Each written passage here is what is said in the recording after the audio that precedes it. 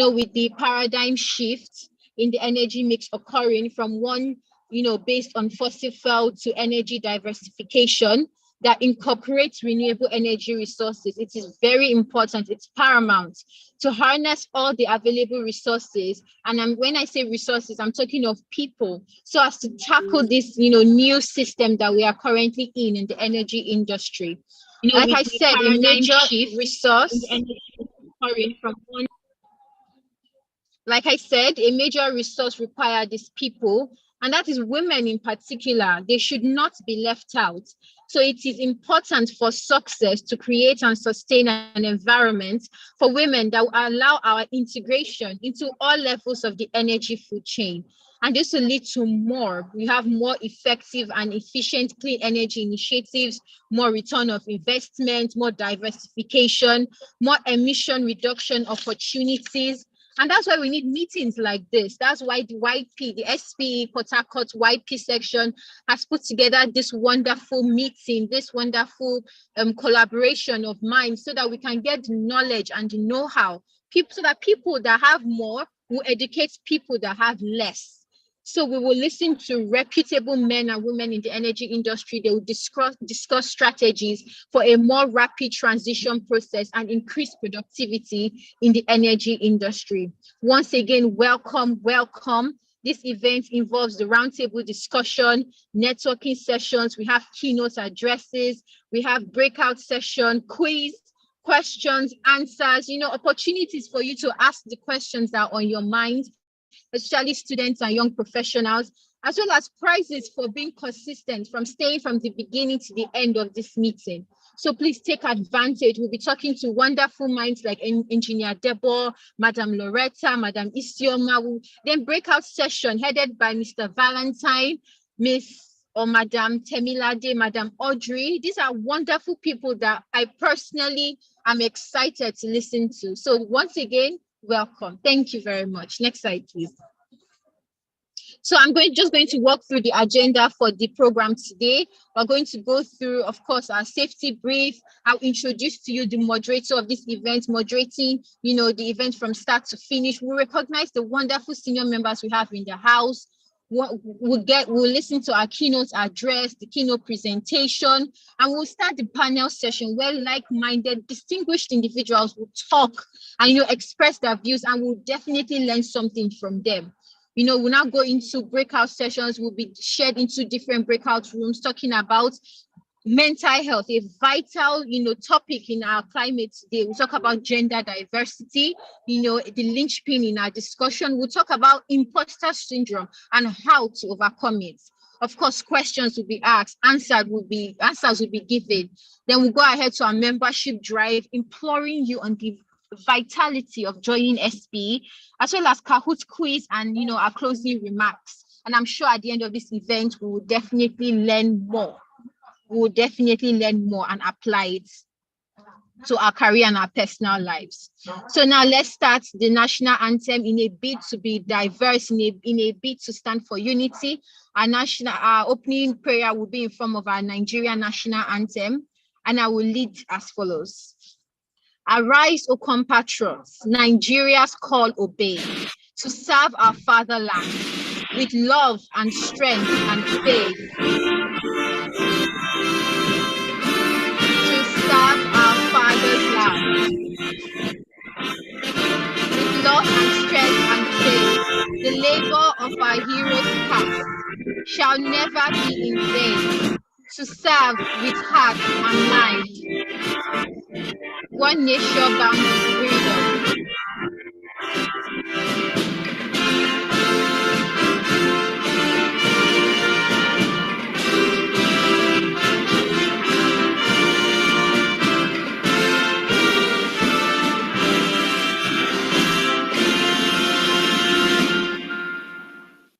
Great, awesome. Let me get a virtual round of applause for that. Thank you very much. Please, I need to see some virtual engagement. Virtual round of applause, people. I'm looking. Thank you very much. Thank you. Okay. Next slide, please. Yes. So, of course, like as we all know, in our industry, safety is paramount. So I'm going to go through our safety brief for this event. So please, it is very important, to be respectful and to ensure orderliness. It's important that you mute your mic when you are not speaking. And when maybe during the course of the event, you are logged out, make sure when you log back in, your mic is muted. And you raise your hand if you want to speak during the questions and answer sessions. Please raise your hands if you are called on to speak, so that the moderator can give you permission and can open the floor for you. And when you are chatting, that's in the chat option, please, indicate what kind of writing or what kind of suggestions you're trying to make. If it's comments, start C for comments, then you go ahead with your comments. If it's questions, Q for questions, then go ahead with your questions. And also, please ensure that you can still hear your fire alarm with your headset if you're using a headset. And if you're using speakers, make sure it's not too loud, so that you can always be cognizant of your environment. Be alert, be aware of your environment, so that if anything happens, God forbid, you would, take action and do the needful. And of course, always stay safe, no matter where you are listening and joining this event. Thank you. So now it is my privilege and my honor to introduce a friend, a colleague, a moderator for this event. She's an oil and gas professional with 5 years of industry experience. She holds a bachelor's degree in petroleum and gas engineering from the University of Lagos. She has been an SP member since 2012. She works at SLB, formerly known as Schlumberger, as a customer engagement coordinator for well production systems business line. And during her years as a field engineer, she has successfully designed and installed conventional and complex artificial lift systems for various IOCs and indigenous companies. She's someone that is passionate about developing technology for energy transition, and she's committed to SLB's vision for a balanced planet, a very balanced planet. It is such a privilege to introduce our moderator, Ifeok. Thank you so much. Ifeok, can you hear me loud and clear?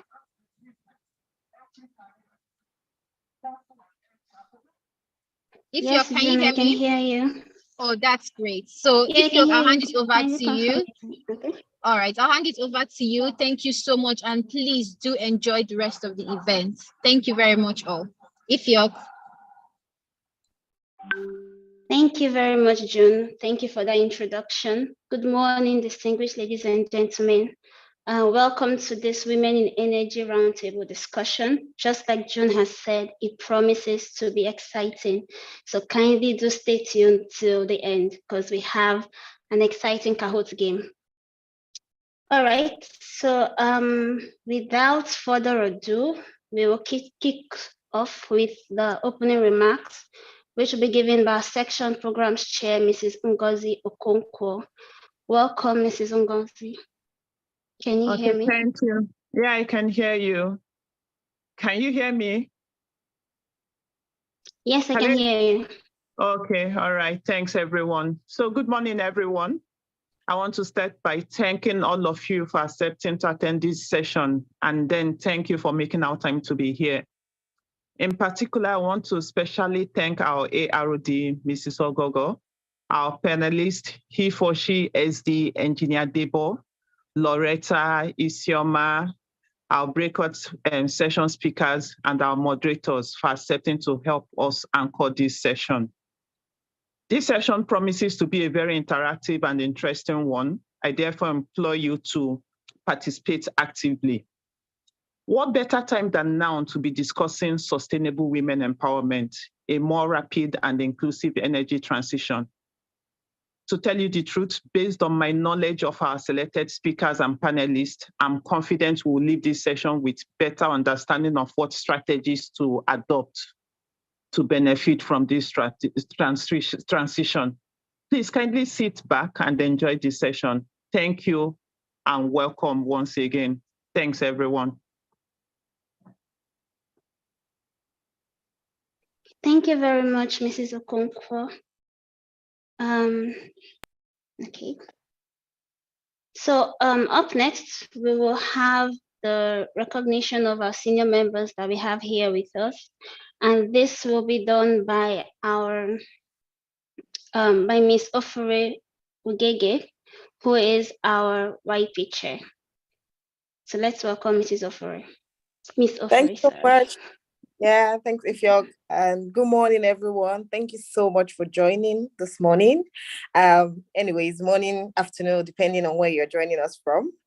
I think it's just about recognizing our senior members on the call, not just our senior members. I also see amazing, fantastic people on the call that would also be recognizing.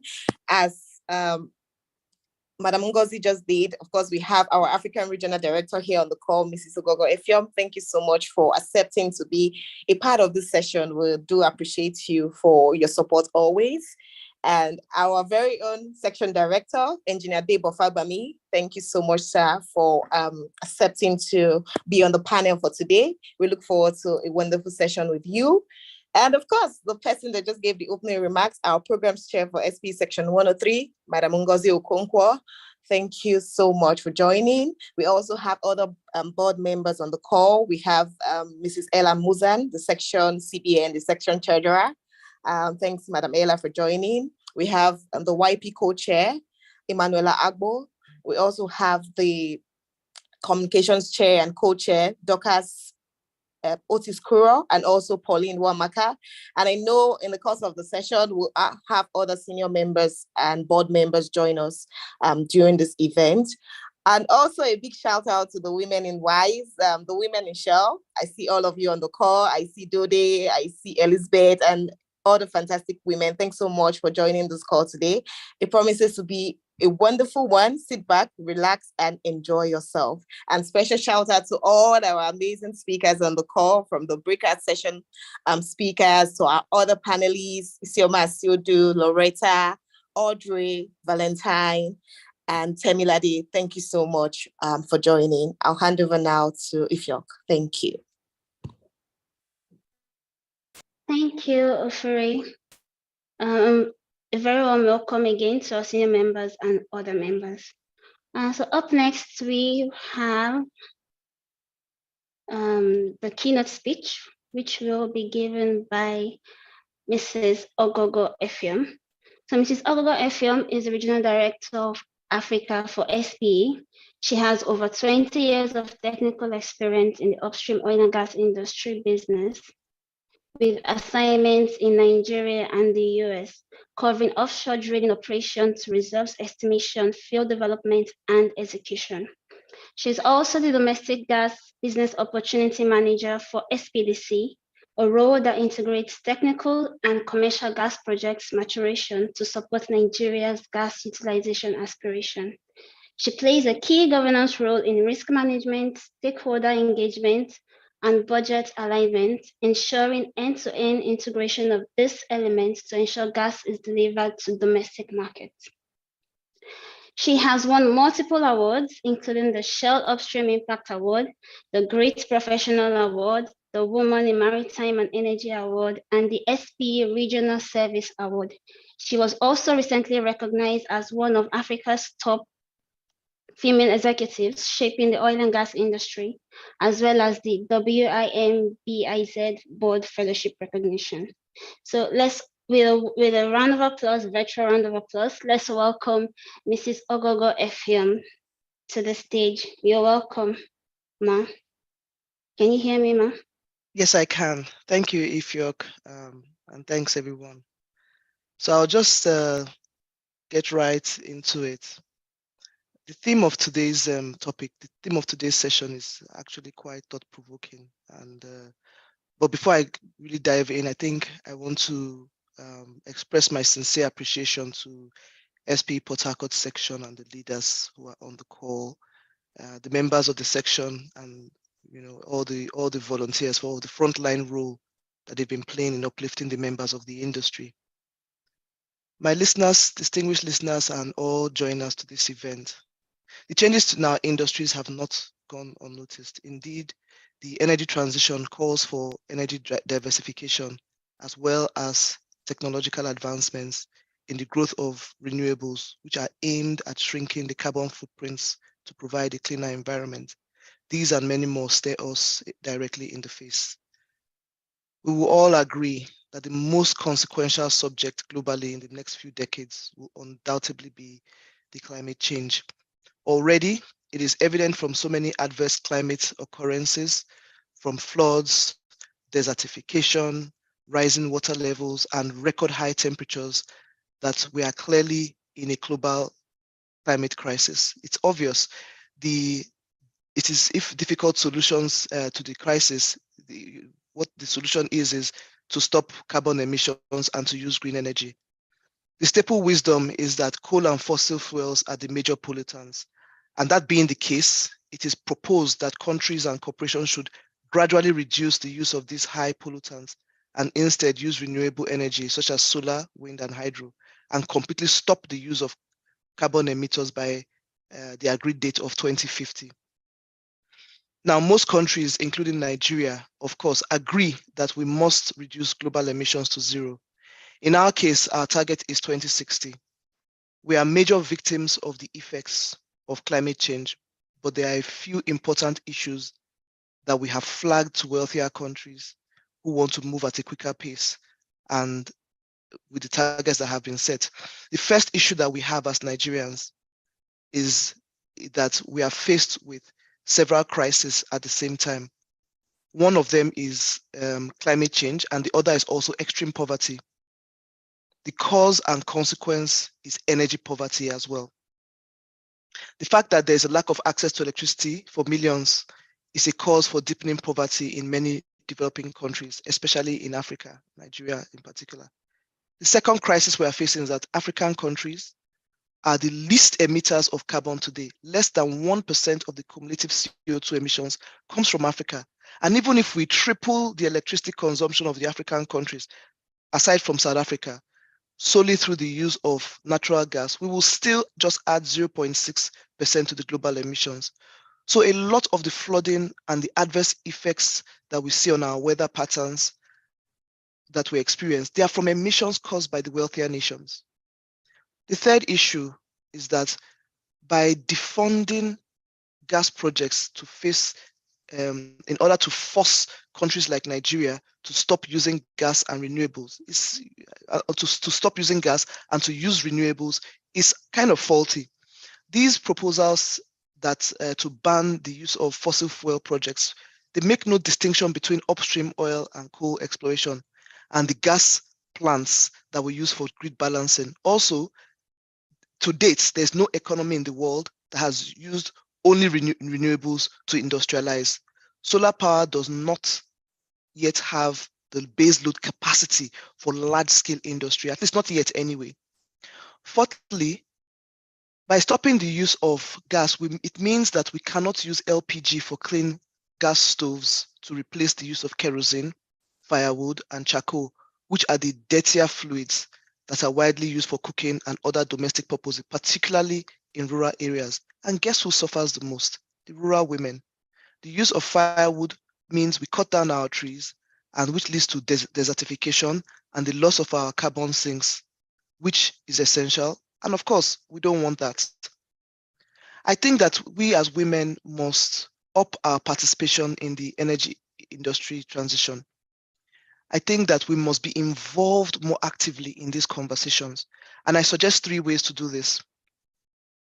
The first way of doing this is by greater involvement in the crucial conversations about what an economically just and balanced transition to zero emissions would look like. That conversation is taking place everywhere, for example, here today, but it's taking place everywhere. And I think that the contribution of Nigeria will be much more powerful and much greatly enriched by the participation of the women. The second suggestion that I have is that women should tap into the implementation of the energy transition plan, which has been rolled out by the federal government, by the way. For example, there's an off-grid solar space in Nigeria, which is becoming one of the most exciting in the world. Gas to power is also showing some promise. Particularly encouraging, I see there's some really good work being done by a company called All On, which is funded by Shell. One of our sections in Nigeria recently partnered with them to provide solar panels to one of the much poorer environments that we have in Lagos. There's also a British company called Connexa that has been doing some exciting work with respect to increasing the penetration of alternative energy sources in Nigeria. Also, NNPC has been partnering with the Rural Electrification Agency to roll out solar mini grids and solar home systems across the country. So it's a really exciting space that I think women can participate in. Lastly, before I round up, women need to act with urgency, with collaboration, and to foster that sustainable engagement by drawing on our strengths, which are our technical excellence, our ability to share our vision, and by leveraging the technology that we have within our grasp, we can contribute to the development of a fit-for-purpose, inclusive, sustainability-aligned decision for our industry and for our country. So with that, I'll hand over to the moderator, and I want to thank everyone. I will stay on for the panel and to answer any other questions that our distinguished guests might have. Over to you, please, Ifeok. Thank you.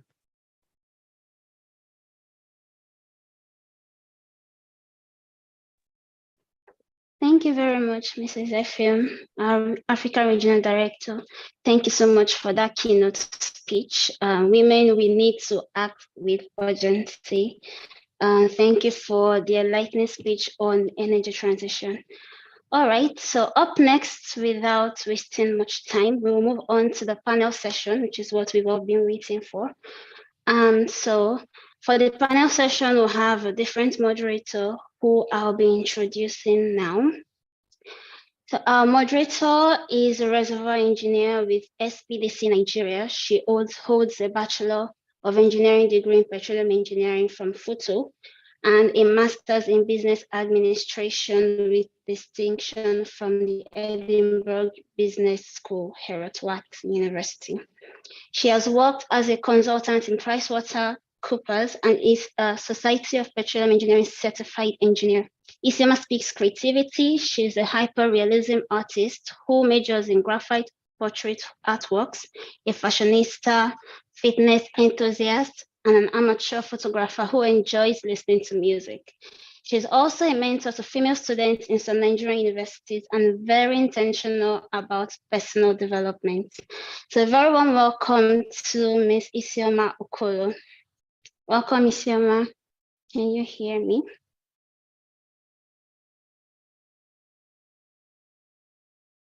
Hello, Isioma.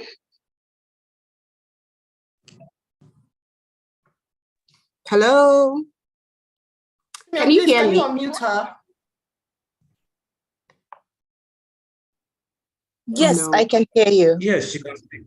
Okay. Okay, All right, very much welcome. Over to you. All right, thank you very much, Ifeok.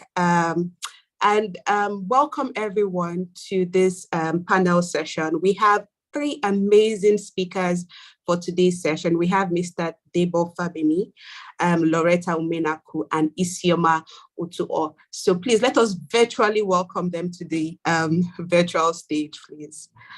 So quickly on the biography of Mr. Debo. Mr. Engineer Debo Fabemi is the CEO of Synergy Limited, as well as the ED at Oil Data Wireline Services. He's based in Port Harcourt, Nigeria, and currently oversees the business's flare reduction and other aspects of the business. He holds a bachelor's degree in mechanical engineering and also an MBA from Erling Business School, University of Reading in the UK.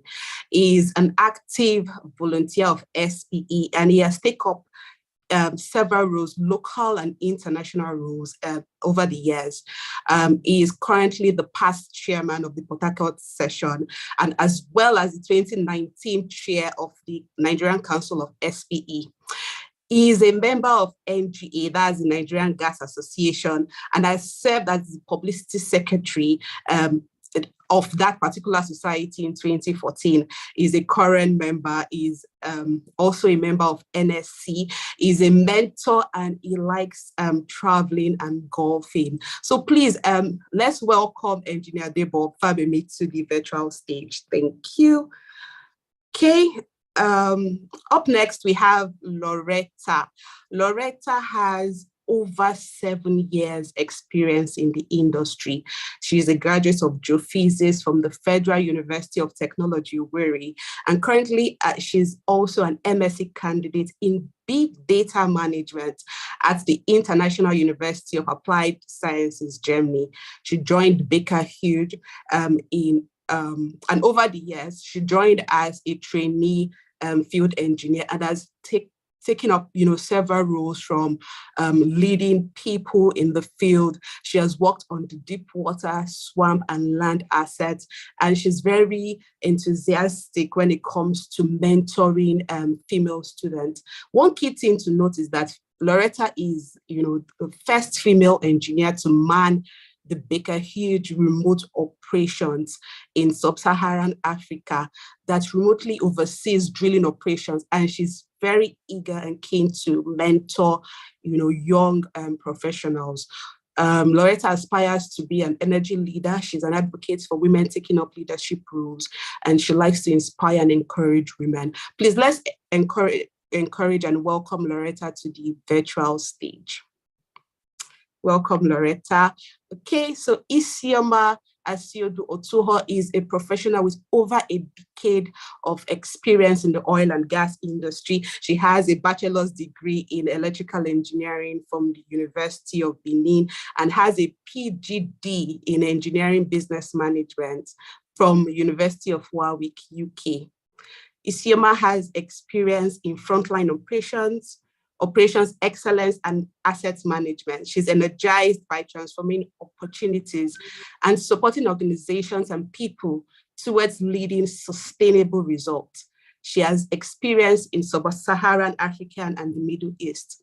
Isioma is keen to support inclusion in the society and in the workplace, and utilizing our talents in executive board roles and program implementation roles in digitalization, gender inclusion, and energy transition resource groups. She's happily married with 2 brilliant kids. Welcome our panelists, Isioma, Loretta, and Debo Fabemi to the virtual stage. Okay, so the theme of this event is Sustainable Women Empowerment, a more rapid and inclusive energy transition. So, Mr. Debo, how do we encourage and empower women in this phase of energy transition? What can we not just do to empower women, but we also want to ensure that women, the women have that opportunity to take up leadership roles, and we also want to sustain that plateau. How do we do that? This question is for Engineer Debo Fabemi.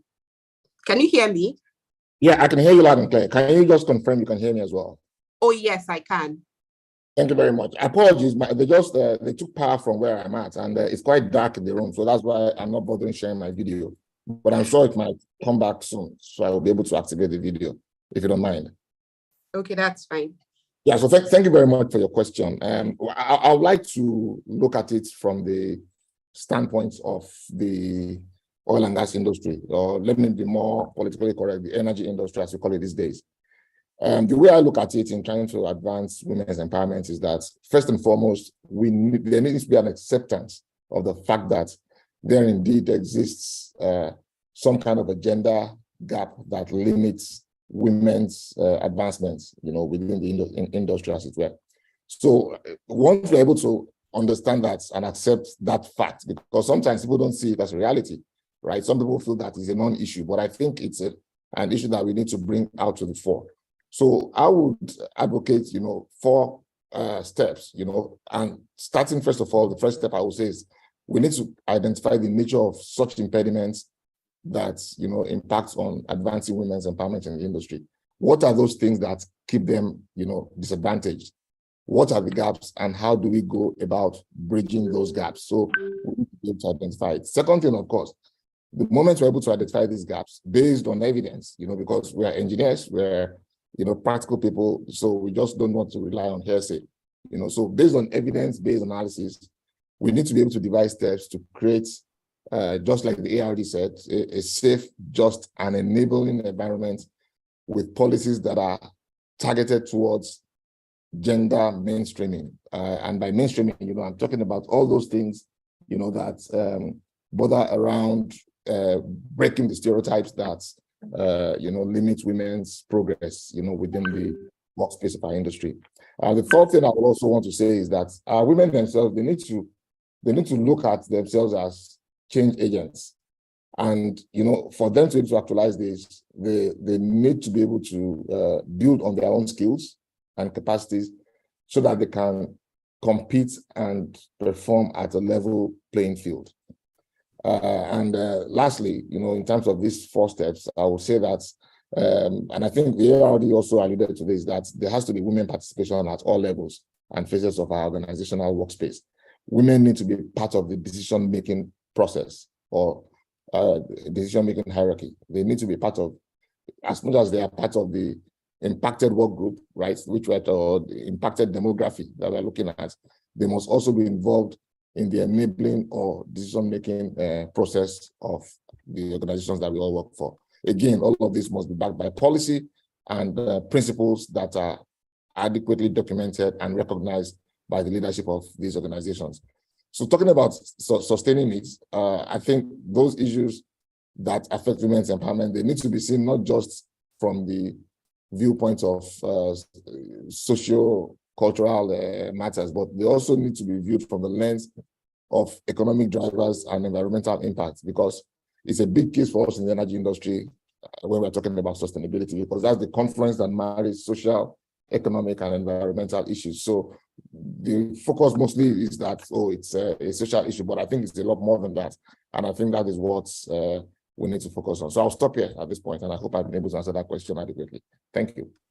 Thank you, Engineer Debo. Like you rightly said, there are 4 things that we need to do. And one of them is identifying the gaps, and also for women to be, change agents. So Isioma, what do you think women can do when it comes to imposter syndrome? Because I think it's one of the common challenges that women face. Sometimes they feel like, they do not have they do not bring a lot of value to the table. And it's glaring that women can actually help with the energy transition. Have you ever felt the imposter syndrome? Have you ever felt that you did not deserve like a particular position? And how were you able to navigate through those, noise that makes you feel like, you're not good enough for a particular job? Very interesting question. I think there's no role I've taken up and delivered excellently that at first I didn't feel imposter syndrome about. And now I just take imposter syndrome as a sign that you're going into something that you're going to learn from and grow. I don't think it's a negative thing. If I go into any role or see any opportunity now that doesn't make me feel scared, then I know that that role is not right for me, right? And so on navigating it, what I do is you just focus on the task in front of you, right? You know that you look at the whole thing, it seems a lot, but what do you have to do right now? And when you do that and you overcome that first task, you've added it to your achievements, right? And then you start building your confidence as you go. It's also very important for you to have like a list of your achievements, have that practice of taking note of the things you have done. When you come into any situation as any human being, whether you're a lady or a guy, it's very important that you take the baseline. Where was it when you came in, when you walked through the door? How was the room when you walked into the room? Was it messy? Were puffs on the floor? And when you're leaving the room, how is the room? Take it into any role and any task you're going to. When they assign you a task, even if you feel scared of it, find out what's the state of that room, which is that task. And when you leave it, find out what it is and take note of it, because you would always have to refer to it. So to summarize, just look at the task in front of you as just the hurdle you need to overcome. Take imposter syndrome as that feeling of that fear. Take it as normal, and that it's a sign that there's something you have to learn and growth is about to come for you. Don't walk towards a task that you're too scared to I mean, don't work towards a task that you have no fear about. I just think you should just flip it in a positive way, because I think human beings were built with that flight or fight syndrome. So ignoring it would not help. I think you should just flip it into a positive thing. That's how I've made it, work for me. And I can say that I've been successful at every scary thing that I've put my hands in, including being an advocate for women in the workplace.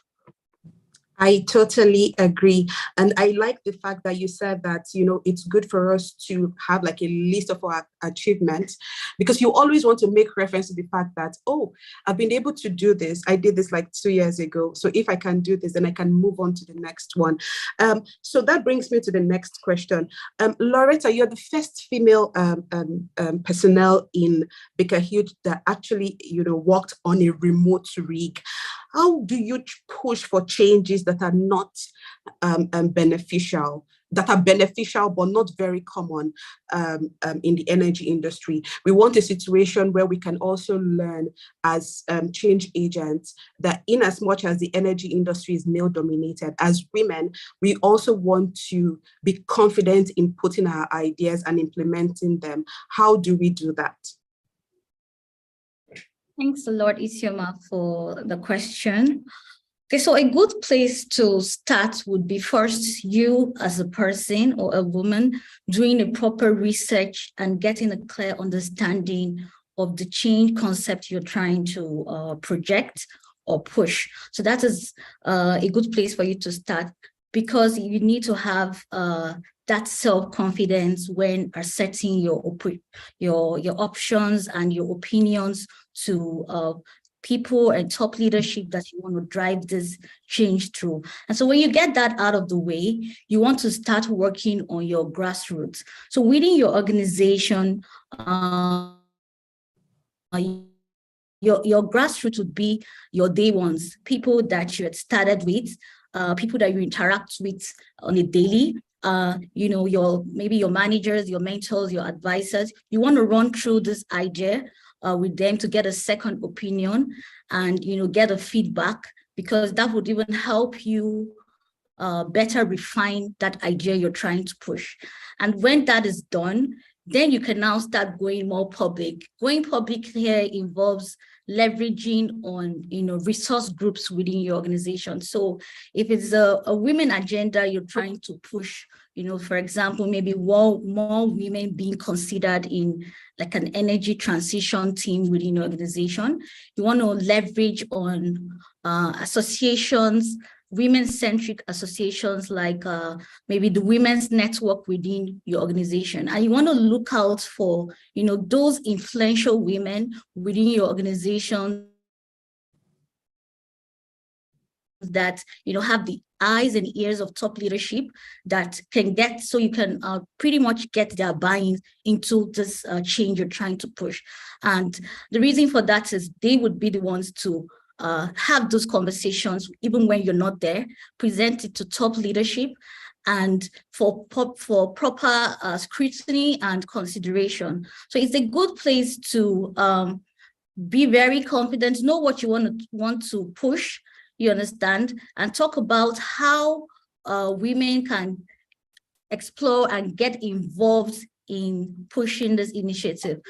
So for example, we all want, talking about this energy transition, we know that women don't just want to be a part of energy transition for just the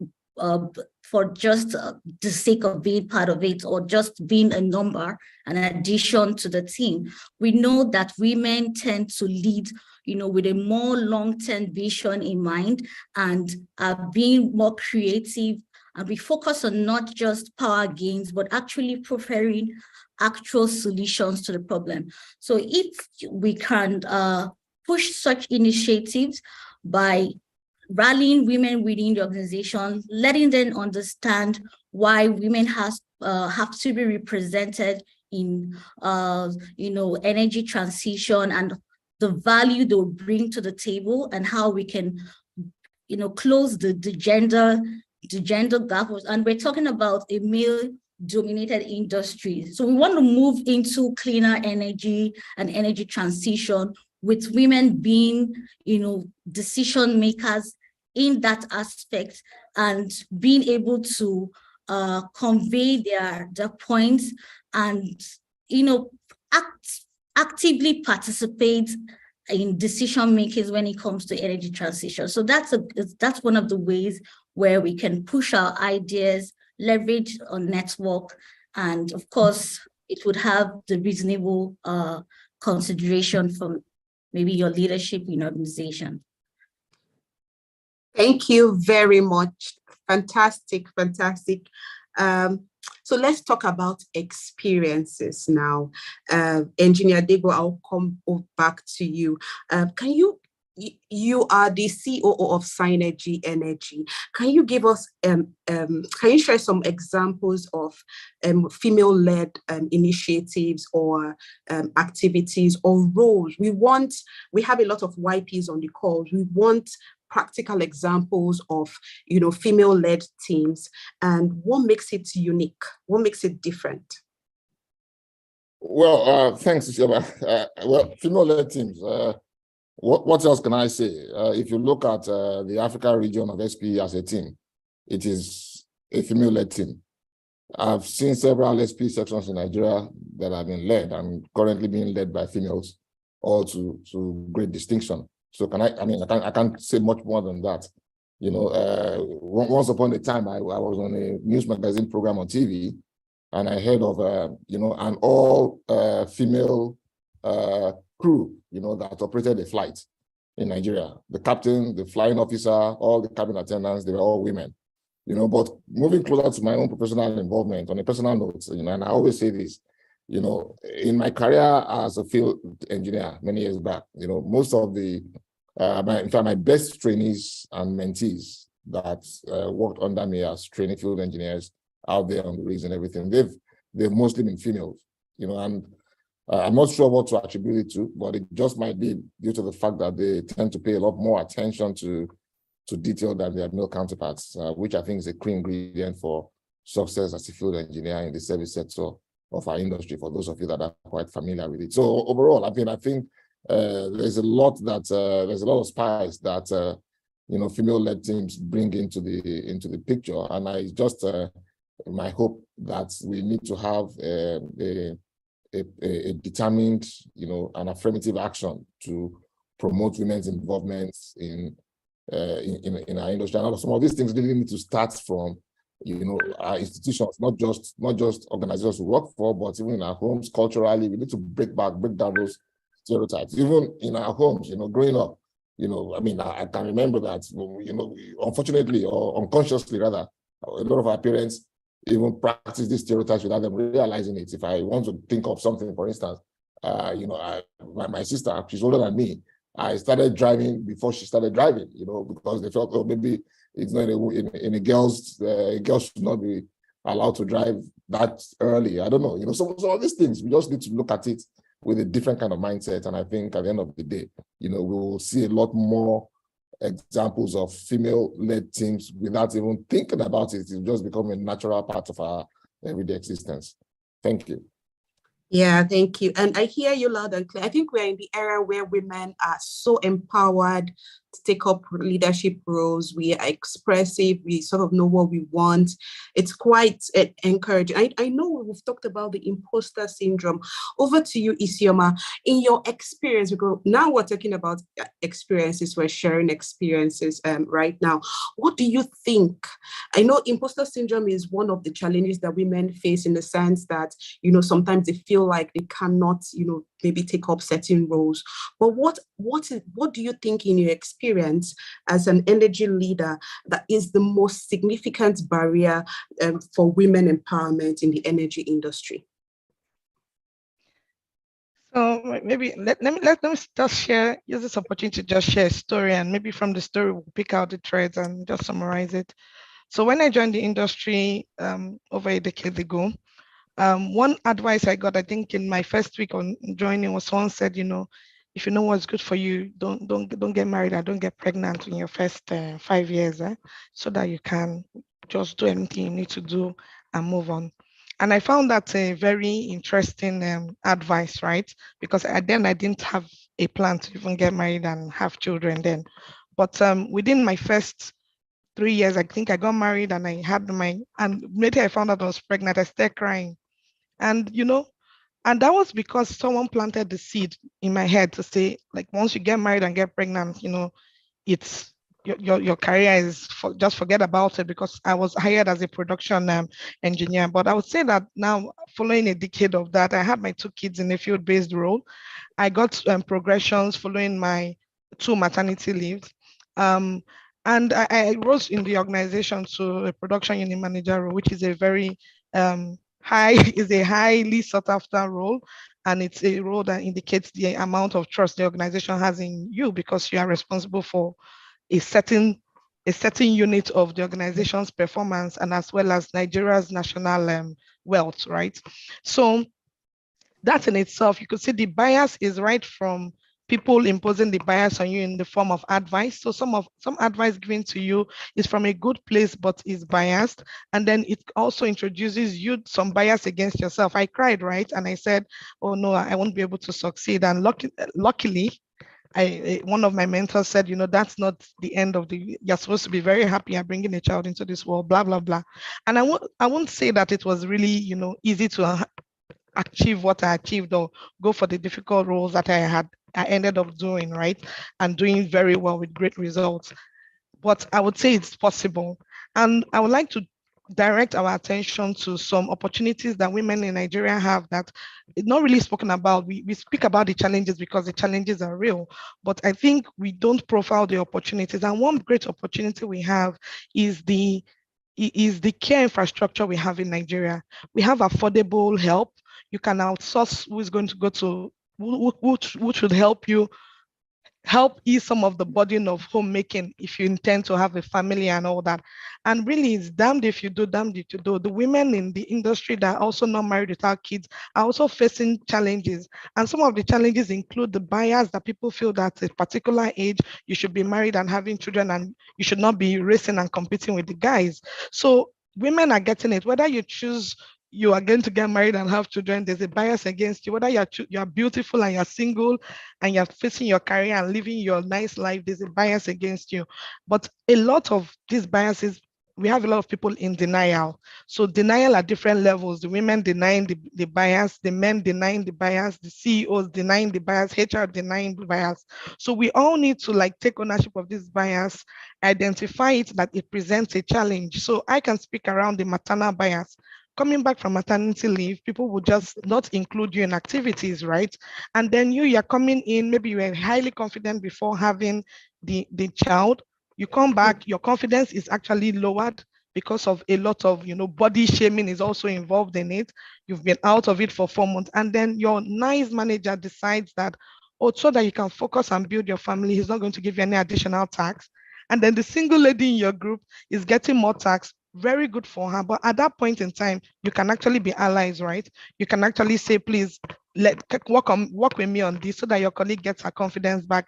So I look at it like biases, cultural practices, policies are actually the big things around them that continue to disempower women in the workplace.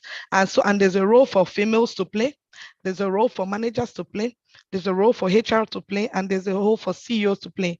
If you continue mobilizing just your grassroots and you don't do what, like Loretta said, engaging the mentors and allies and senior leaders in the organization, you're not going to go far. You're going to spend a lot of effort and you won't go far.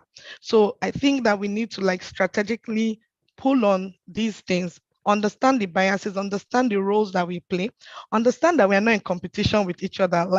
Look at what Oji said about the renewable opportunities really spreading wide. If you can't rise to a managerial position in SLB or in Shell, you can always go to and take your talent there and become what you want to be.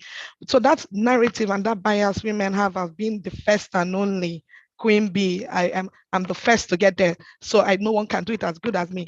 I think that we have a role to play to say, I do this for some time, another lady has to come, and I'm going to open the door for more ladies to sit around the table with me. And even when we disagree, it's not about being women, it's just our ideologies at that point in time. It's just a disagreement. It's not about our agenda. And we should not buy into this theory that when men say, when you bring women together, they fight. When women have, and the thing is, when we have issues, we typically don't have like having the conversations with each other. We go and report to a guy and confide in the guy. Meanwhile, you can have a conversation with Loretta and say, Loretta, well, I didn't like how you spoke in the meeting. So there are just a couple of things, long way to go, but I would summarize by saying we should acknowledge our biases, identify it, because these biases are actually solvable problems. When they become visible, then you can solve them, right? And then the culture, our societal cultures, but I also pointed to the advantage we have as being Nigerians. You have access to house help, drivers, people that can do market runs, so many things you have access to, and your salary in the oil and gas industry can go further than other people. So a woman working in the oil and gas industry, you can really outsource a lot of your stress, and so that you can actually build your competence and earn more money by getting the promotions you need to get at the right time you need to get it, and not staying behind. And then policies and practices. Organizations have parental policies. Aside from parental policies, they even have gender policies. A lot of pressure on the organization, whether you're a parent or not. If you're a woman right now in the energy industry, what you should be having a bevy of opportunities coming towards you, or if they're not coming towards you, you should be actively putting yourself out there so that these opportunities go fine. You can learn it and do it. And finally, the democratization of information. You don't need to go for an MBA to actually understand how to manage a business. There's a lot of information right now on Google, and all you can do is spend some time, 1 hour, 2 hours a week, looking at the information you need to look at, and then seeking for the opportunities, even by volunteer experiences, to get those opportunities. To get the experience you need, and putting yourself out there to get the opportunities. And lastly, I would say this needs to be on every CEO's table, because there's a lot of money on the table. With every woman you exclude from your leadership team, you're leaving some money on the table. Thank you. Thank you so much, Isioma. And talking about experiences, do you know, when I was in school, a classmate told me, why are you striving for good grades? You hang your certificate in the kitchen. So, when you start having those noises in your head, at some point, if you're not careful, you then feel discouraged. And that is why I like when you said women should support each other. We should be there for each other. We're not competing against ourselves. There's no queen bee in quotes. And because over time, when you start having like a group of women that support you, you discover that your confidence level also builds up. That brings me to the next question for you, Loretta. Have you made mistakes on the job? Let's talk about mistakes on the job as an energy leader. Have you made mistakes on the job, and how were you able to manage it, especially when you're leading teams?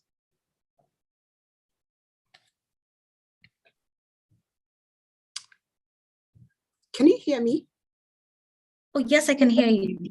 Okay. I just wanted to make sure, because it's a virtual event.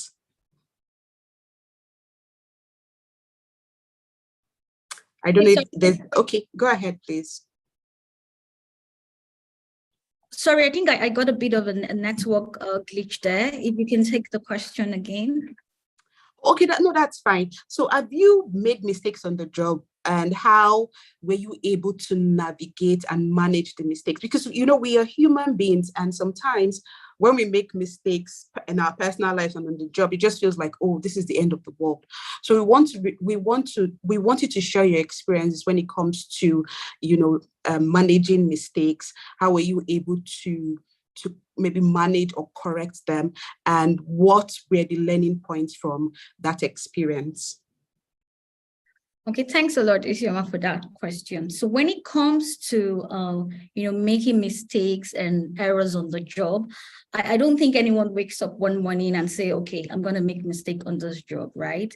No one does that. However, some of our actions and inactions could lead us to make a mistake. A good example is, not being proactive and planning your job well ahead of time. And, due to maybe operational reasons, you find yourself under enormous pressure, and you start skipping those key procedures and steps. Or it could also be a case of maybe complacency. I've been doing this job for the past 5 years, past 7 years, I can even do it with my eyes closed, right? And then you don't properly vet and QC your job. Or maybe distractions, personal distractions along the line, or maybe just a clear-cut, negligence or oversight on the job. So the key takeout, my approach would be, don't dwell so much on the mistakes that has happened. I mean, beating yourself up and say, okay, I've spoiled things, rather focus all your energy on getting solutions and fixing the problem, because dwelling on it and beating yourself up is actually counterproductive. That would be me, many years back, and it doesn't help you move forward with the job. So focus on fixing the problem. If it's something you can't do on your own, please get all the support that you need. It could be from your team members, your manager.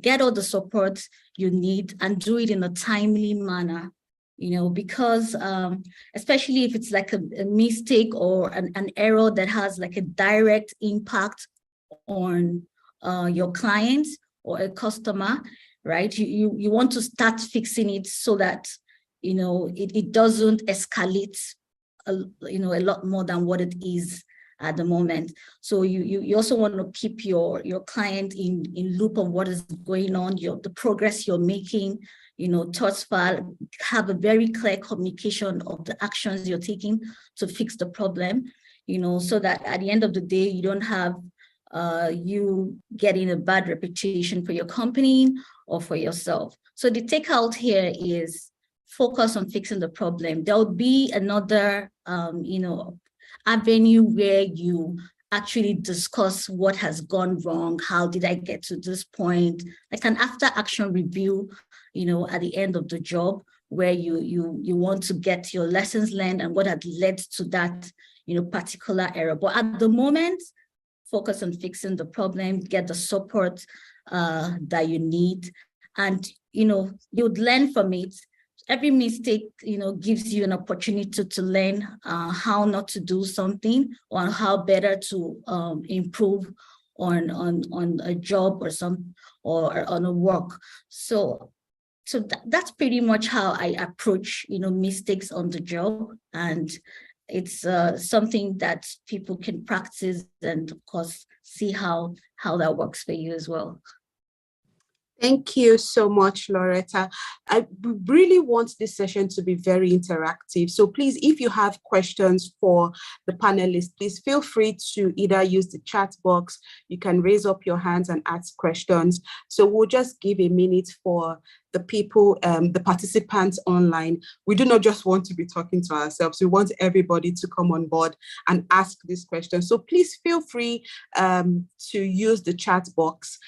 If you also want to unmute yourself and also ask questions, then we can do that now. And even while the conversation is still ongoing, you can also send your questions via the chat box. So please feel free to do that. So while that is coming up, I am also keeping tabs on the chat box just to make sure that should in case we have any question, we can just quickly. So feel free to unmute, ask questions. There's nothing like a stupid question. I had to learn that. So please feel free to express yourself. This is a platform, a safe platform where women are, encouraged to, like we said, be confident, express yourself, reach out to this panelist. Yeah. So while that is coming up, we're still on experiences. Isioma, so this question is for you. What did you wish you knew earlier on that you would have done differently, that you think would have helped you grow in your career and in your personal life? That's a very deep question. You just asked it like I should just say milk and Milo. So for my career, I would say always know that people are going to take advantage of your low confidence. So low confidence doesn't help you. But the truth about it is that just like sharks go towards blood, you know, people that will take advantage, they smell when you're low confident, and sometimes it could be also your manager. He knows when you have low confidence, even if you're competent. And so he can keep you in that role for as long as your confidence is low, and while you continue delivering for him or her. So I would say that I wish I understood that earlier, that, not to allow low confidence really stop me from moving towards opportunities or even having conversations, just having conversations with people that are senior. But just I found out that most of my first 6 years of my career, I avoided situations like that because I was not confident. I didn't want them to ask me questions I don't have any response to, and so I would just avoid it. But I think I hacked that in 2017, and since then, I can even speak to anyone. I don't have any confidence about it, and I move towards the opportunities. I think even if I don't think I'm ready for it, but I think I can have a shot at it, I'm also happy to have a conversation about it. So I think for my career, I think is bit around low confidence and nursing low confidence for longer than required. In your first 2 years, yeah, you can be low confident, but you can have low confidence. But once you start delivering and having good performance ranking, believe it.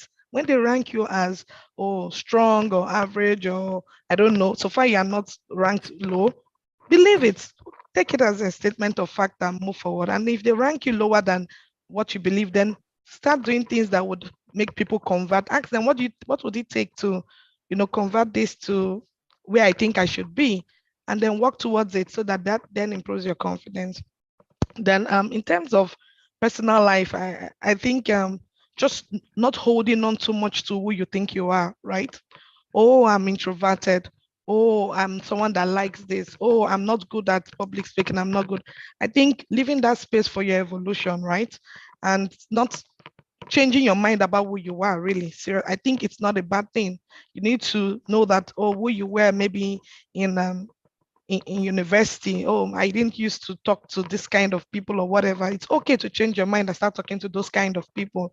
It's okay to also change your mind and you didn't like maths, but it's okay to change your mind and now you're good with figures. So those are the two things I would say. Low confidence, not staying with low confidence for too long in your career, and acknowledging when you have it and working to get over it. And in personal life, giving space for your evolution and allowing yourself to experiment with different versions so that you can become who you really want to be. Thank you very much. I think some years ago, someone told me you have to do it afraid. Most people that are on the stage speaking, they are also afraid, but they're doing it. And the more you build that experience, the more your confidence level becomes better. So for example, if you're going to ask questions on this platform, you know that, I did this. Then the next one becomes easier. All of a sudden, you're comfortably and confident in your own space. So please feel free to unmute your mic, use the chat box. We're here to develop ourselves. We want to be better women. That is one of the reasons why we have this platform, so that we can reach out to people, network, and also build our confidence level. So thank you so much, Isioma, for sharing your experience. I'll ask Loretta this particular question. Talking about confidence, how do you think we can build it as women? We've talked about imposter syndrome. We've talked about some of the challenges. We've talked about some of the gaps.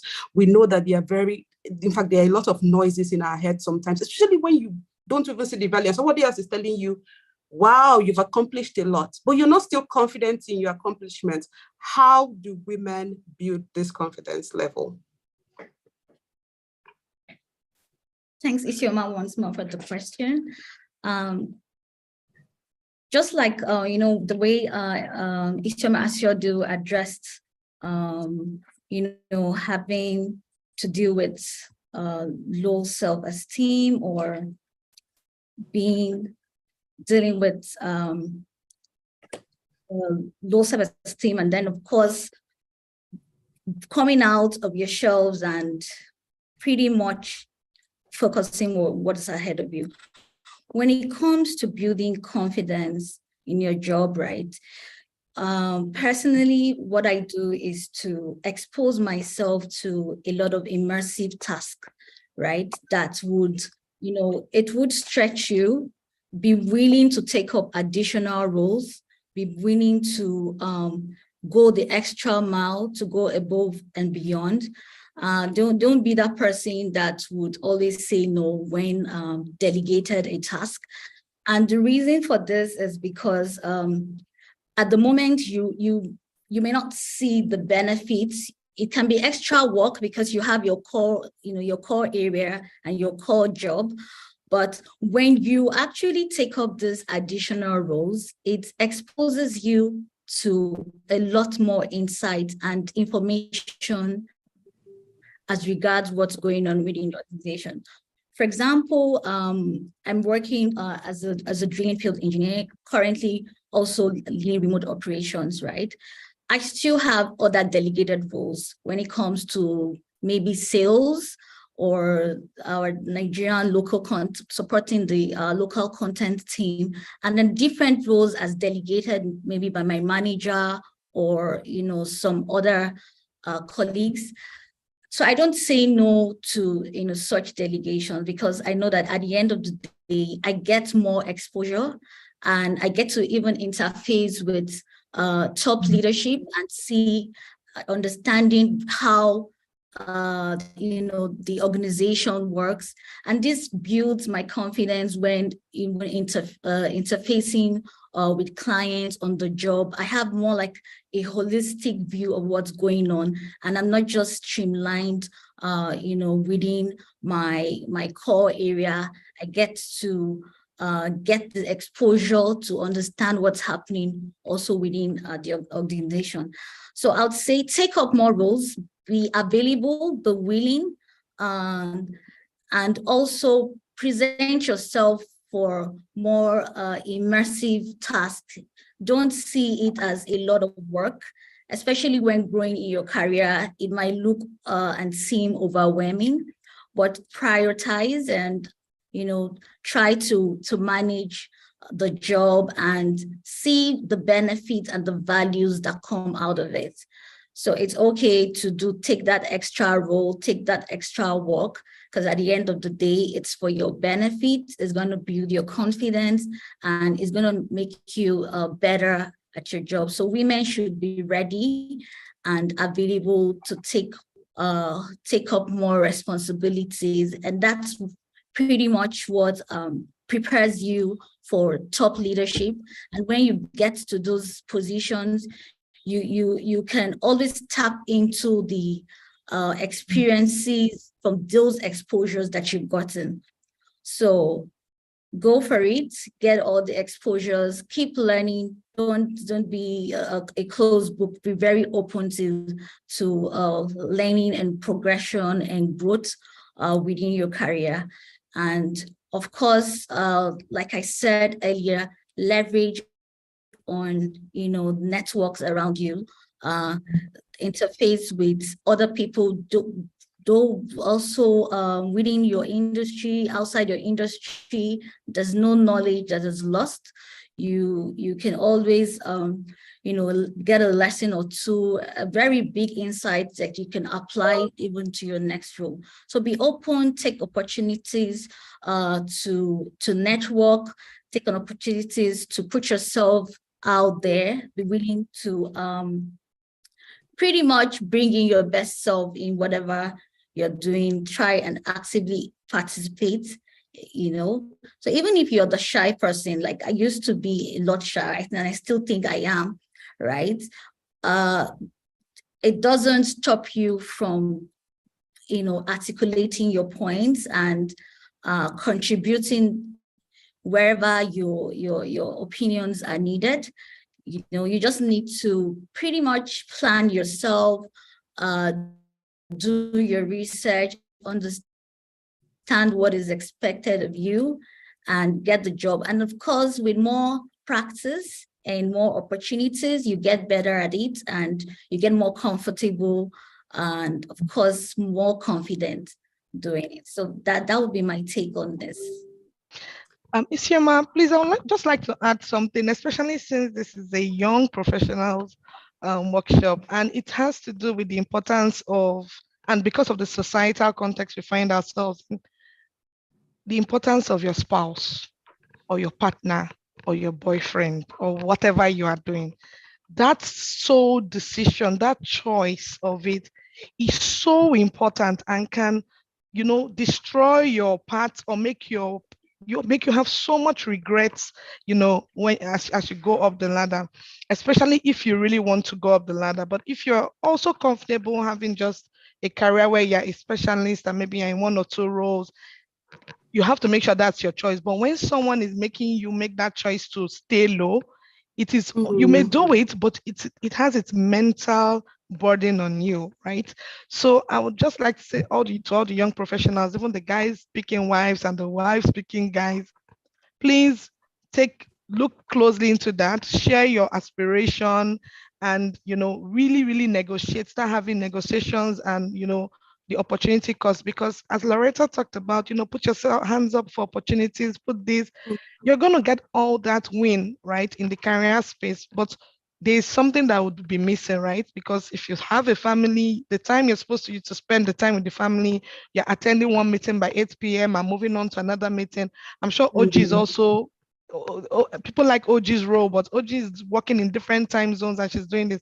If you do not have a spouse or a partner that understands the importance of what you're doing and where it sits in the overall strategy for your family, you would start having a lot of issues and you may have regrets maybe in your 60s. So please proactively manage it, have the conversations about your aspirations and ambitions on time, even in your selection phase, before, not after you get married, start having that conversation. In the selection phase, let the person feel your passion, feel how far you want to take that ambition. And please, the second bit is have support systems for your home life and also have support systems for your work life too, because your friends and your peers can also take up some of your, should I say, some tasks that you have maybe outgrown, but it's still your responsibility. It may be an opportunity for one of your peer to also develop, so you can actually delegate it to your peer. Thank you.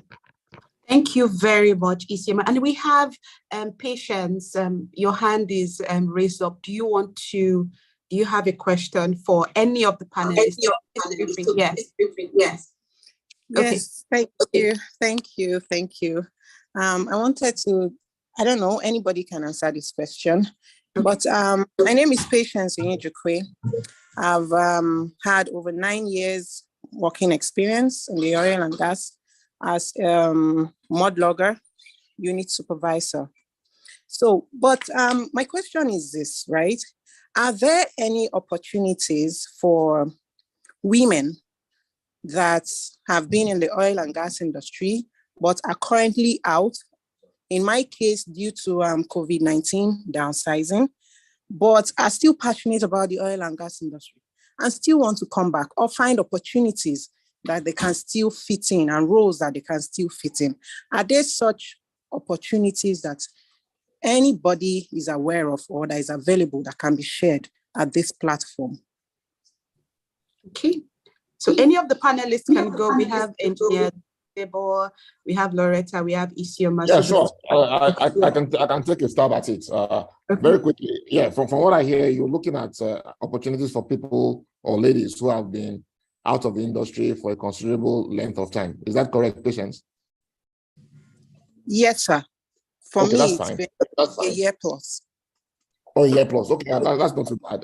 Typically, one thing I realize is that, the kind of training that we all go through in the industry, particularly the formative stages of our careers, they tend to be life lessons, right?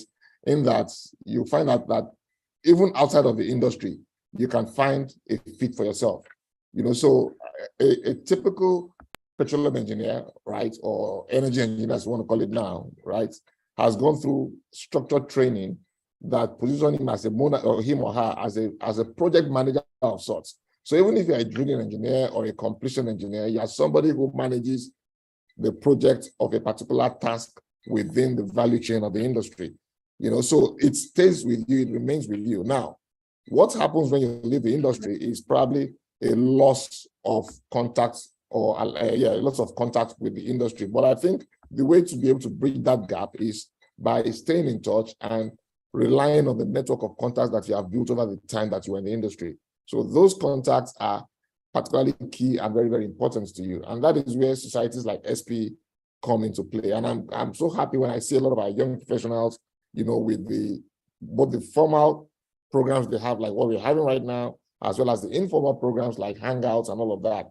It provides an avenue for them to be able to bond, team building, and also keep in touch over a considerable period of time. So that way, they are not entirely out of sync with what is going on within the industry. But the fundamentals are there. You've already been trained, right? But you've gone through some kind of a training. And wherever it is you're working, it could be Shell, it could be a service company, it could be a local Nigerian company within the industry. But I tell you, as long as you are involved in the activities, even if you didn't go to a formal, quote unquote, training school like the likes of Moses Schlumberger, right? You'll find out that what you face out there within the oil field environment, be it as a desk engineer in the office or somebody who is out there sweating on the rig, you will have been exposed, to some kind of training that you will find useful over any area of human endeavor, right? And that is why when you look across the terrain of our immediate environment in Nigeria, a lot of positions are being held by folks who were actually schooled by the oil and gas industry. The current chairman of Julius Berger. Julius Berger is a building services firm. It's a civil engineering construction company, right? Is a former managing director of SPDC. You understand, right? So these are the kind of things that, puts you in good stead. So a combination of your network, your training, and your experience, all rolled together, should be able to adequately give you that leverage so that by the time you want to come back into the industry, right, your network will help you get through the door. And then the experience and the confidence that you have that experience that comes with it keeps you within the room. Thank you. All right, thank you so much, Engineer Debo Fabemi, for that answer. I see that we also have another participant, and that's Nkechi. Nkechi, do you want to unmute your mic and ask your question? Thank you for the opportunity. I want to say thanks to everyone that has spoken today. It's been quite insightful. I think my question is with regards to practical steps to take to make the transition to energy transition, but most especially for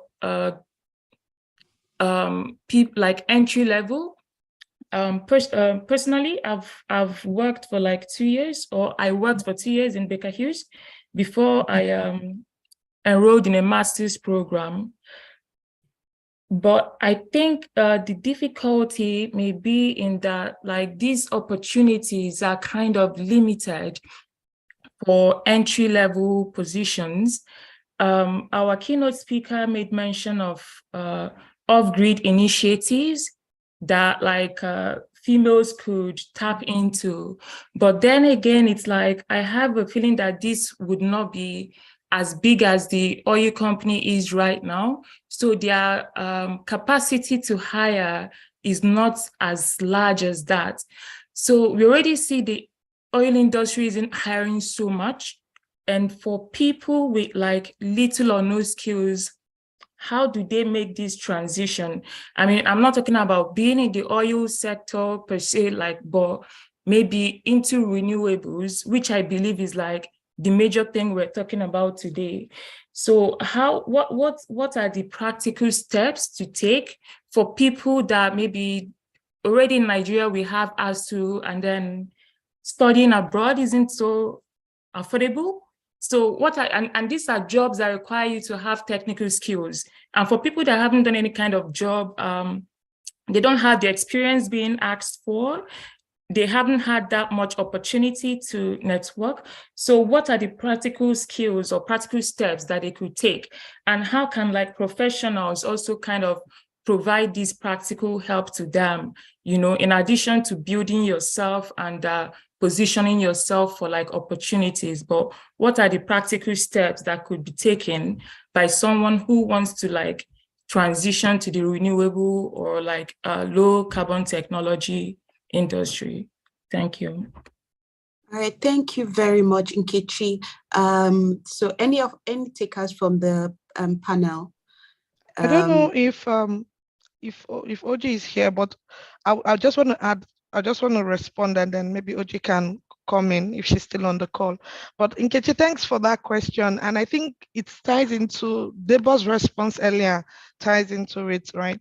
But one key thing, if I'm Nkechi at the moment, the first thing I would do is to find out where the Renewable Energy Association in Nigeria is. And I know there's one, there's RIAN. I would also find out programs that they are doing to bring women in, because they are very intentional. The barrier to enter the renewable energy industry right now is very low. So their Solar Sister is doing trainings. There are a lot of free trainings, Ash Dam Solar. There are just so many. It depends on which one you want to do. You want to work in the battery technology side or the solar bit. So you need to understand that right now you're in oil and gas, petroleum, right? You may need to transport yourself or expand your network to start including bodies of knowledge and that ecosystem of the renewable people.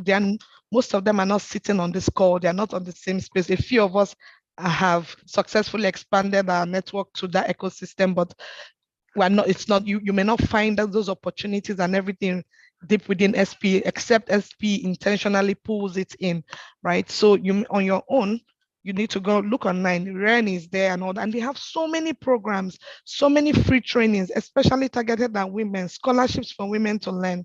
But one thing I would say, they don't have the oil and gas salary. And most of us like the oil and gas salary. They have not, their profit margins are not as large as oil and gas. The only way you will get some great money from those people are if you are working in maybe the climate finance aspect of it, where you are actually doing the deals, and maybe your salary is being paid from a DFI, and then you are being paid probably in dollars. But that requires now some expertise and specialist knowledge. So if you're looking for a high salary and all that, you may not really find that at the moment in renewable, except you're a founder or you're a CEO or something. But the first things first is in your entry level, try and get access to this information about free specialist training. And then when you then get the training, then you can now access opportunities that can be paid for. Thank you very much, Isioma. We also have questions in the chat box. Someone wants to find out, should you take up an additional task you're not mentally ready for? Will negotiating timelines and asking for a little break to warm up to the task be a sign of weakness? Can I take this one, please? Okay. So, and thanks, Isioma Asedu. That response you gave, I couldn't have given a better response. The only thing I would add on is maybe there are also certifications that you can do that kind of straddle the two of them. Some of them things like Scrum and project management and so on and so forth. There's even energy investing right now, ESG investment training that's online. It's expensive, but I think if you really manage it, you can find the funding and pay for it. But there are many things online that we are actually not leveraging enough in that energy transition space. The beauty of it is because it's new, you can get into it in so many different ways. You can talk about it. It's this is the period to actually become a leader in that space. If you really want to, and if you really put yourself into it. Exactly what Isioma says, go to the spaces where these things are being discussed and where they are being shared. Regarding the discussion around taking on a task where you're not mentally ready, I think I would ask ourselves, why are you not mentally ready? Sometimes we also hold ourselves back by telling ourselves we're not mentally ready, or there's something that is holding you back, or sometimes it's maybe lack of confidence in the job. I've experienced that and Isioma has talked extensively about imposter syndrome. Sometimes it's just the sheer exhaustion of having to just continuously strive. You're managing your home, you're managing yourself, you're managing, in fact, in some cases, like my case, you're managing your parents, you're managing children, career, and so on and so forth. And then you become really, really exhausted. You can actually say, I really want to dedicate the time to give this, but this is not a good time for me because I have these activities. And you can list your business activities that you're doing right now to show that your hands are currently already full. I don't think any boss is going to say, no, you must be the one to do this one. What a boss really wants is that the job is done, right, and done competently. You can bring somebody else in to join you and say, okay, let this person and I do it together. I would provide some sort of support, but with two of us together, it may be faster. Not all bosses are amenable to saying that the timelines be changed. It's not always their fault. It's not about you. Some tasks have fixed timelines. If something has to be delivered because it needs to go into the books before the end of the year, it doesn't make sense for you to now say, let me do it in February, or let me do it in January. I'll just say thank you. If I was about to say thank you very much, I'll just gently take it. I'll go give it to somebody else. You can actually say no, right? Yeah. Many of us don't actually explore that space enough. Oh, I would have loved to do it, but my leave is coming up. Or I have this project I'm trying to complete. Or I just completed this project, but why don't I work on this person? Or let me, or maybe this person is better suited to do this job. Sometimes you can actually turn stuff down. So those are the comments that I have in that. And it's been fantastic listening to all of you. I've also learned quite a lot from the discussion. Thank you. Thank you very much, OG. Because of time, we're just going to take one more question. And I would say that the conversation is definitely going to continue. So take note of the names of the panelists. You can slide into their DMs via LinkedIn and ask these questions. We'll hand over to Cordelia. Cordelia, I see your hand is raised up. So please feel free to ask your question. Hi, good morning, everyone. Thank you so much for this platform and this program. It's been a wonderful knowledge sharing platform for me. I have a question, right? Sort of an experience I had. And I wanted to, like you said, there's no stupid question, but I just wanted to throw it out there and see what the panelists have to say. So in terms of internship with oil and gas firm, I think it's a good way for someone to get into the industry, right? What if in your internship, you sort of have an emergency, family emergency that you need to attend to? Are there like policies that sort of protect you to come back to that internship? Or are there like, what's it called? Any other objectives that can be done to help you get back into the system? Okay, do we have any takers to that question from the panelists? Hey, I'd love to add something there. Okay, so if you have maybe you're taking up an internship and you have maybe an emergency that should cause you to leave, I think you can start by having a communication. You have a direct manager, you have someone you're reporting to, and have that conversation with them and see how they can help put some words to maybe the leadership within the system to have some form of consideration for you. I strongly believe that there's nothing that cannot be, talked through. And when you have that conversation, you never know, there'll be that opportunity to, make an exception for you, or maybe give you other options that you can probably take a look at. So be comfortable and confident to have that conversation. Don't keep it within yourself and worry too much about it. Have the conversation and see where that takes you.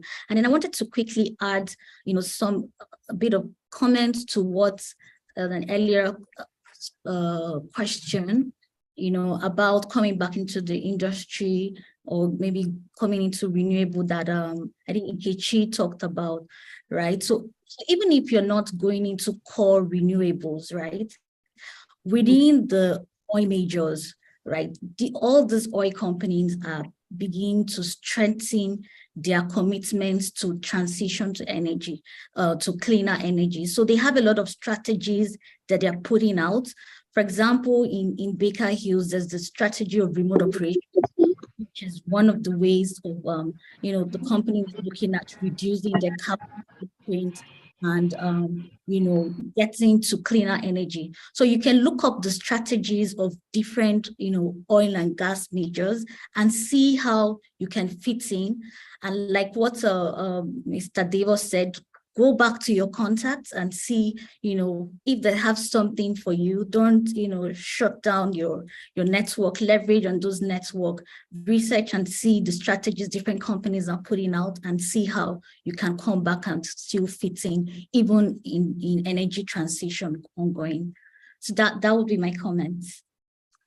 Thank you very much, Loretta.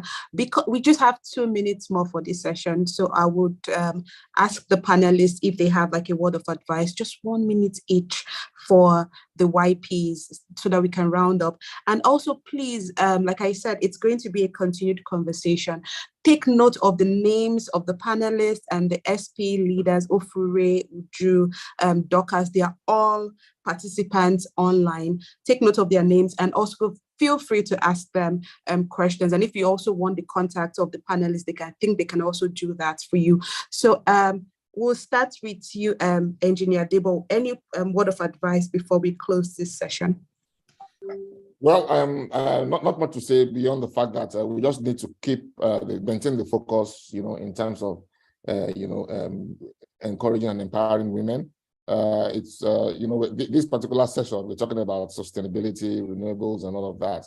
Whether we like it or not, women are the most, in terms of the gender spread, they are probably the ones that are more conscious about conserving the environment. They are the ones, it's the mothers that are told us, hey, don't waste, put up that light, put up that, you have 3 children in the house. If one wants to prepare a different kind of meal, they say, no, all of you eat the same thing, so you don't waste gas. Right. Meanwhile, the fathers will come to the house, put on the water heater, and forget it there. We men are wasteful when it comes to energy. So I think it's something that we need to have at the back of our minds. And please, ladies, I hear you. You guys are good mentors, but I keep seeing that women are saying, "Oh, like Isioma, when they were reading your profile, they say you mentor ladies. Please mentor the men as well, because when you mentor the men, they will know how to behave in a proper and inclusive way for the ladies." Thank you very much. Thank you, Engineer Degbo. They're definitely going to mentor the men. Men are not left out. So just 30 seconds of advice from you, Loretta. Oh, I think you're muted. I don't know if it's from my end, but I can't hear you. Okay, I can hear you now. Okay, great. Okay, so my advice would go out to every young professional, out there. You're fresh out of school and you're considering maybe getting to the energy industry. I'll tell you, go for it.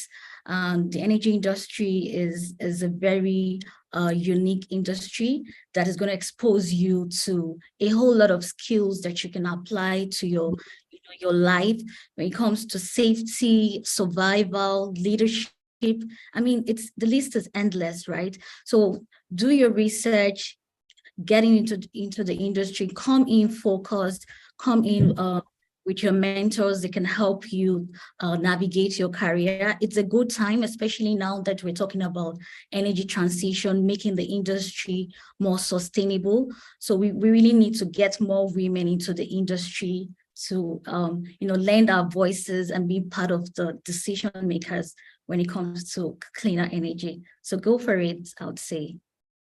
Thank you very much, Loretta. Over to you, Isioma, then we'll round up with Uji. I would just end by saying, the industry needs you. There are challenges. We're not going to lie to you. There are challenges, but there are also solutions. And people like us are here to support you and to show you that it's possible to be a woman and thrive in the industry. But we need you. You also have a role to play. It's not going to be like a red carpet coming and you just take the escalator to the top. There's a role, you have a role to play. Your colleagues have a role to play. Your HR has a role to play, and the executives have the role to play. And all of them are working together to make this industry a place you would like to come to work in and contribute to the growth of the industry. So come join us. Thank you very much, Isioma. And lastly, Uji, a word of advice for our YPs. Word of advice, the YPs are already taking the first step, which is by joining this roundtable discussion. But I would like to encourage you to really, really participate. Yes, joining the sessions are good, but associations like SPE, you get out of it as much as you put into it. So it's not just enough to pay your association dues, volunteer, participate, add your hands. We need all the hands to be on the plow as much as possible. And I've said it already that your voice is needed. But if you're not even at the table, then how can we hear your voice? Participate, participate, participate, volunteer, volunteer, volunteer. That's what I'm going to say. Thank you. Thank you very much. Thank you, our panelists. Thank you, the participants, for your questions. I see that there are some questions that are still in the chat box, but like I said earlier, please feel free to reach out to the panelists. Oji just dropped a LinkedIn profile via the chat box, so you can also reach out to her via LinkedIn. Just 1 minute, we're going to take a group photograph, so please, let us all turn on our videos. This is going to be just the 1 minute screenshot of all the participants. And that will be the end of this particular session, but we're then going to have an interactive breakout session after this. So this is not the end of the program. So please stay put. We're just going to smile at the camera and take a picture, and we'll continue the conversation. So do we have a virtual camera person? Yeah. Okay. Just let us know when we're ready so that we'll just smile. Okay, let's put on the smiley face as we go.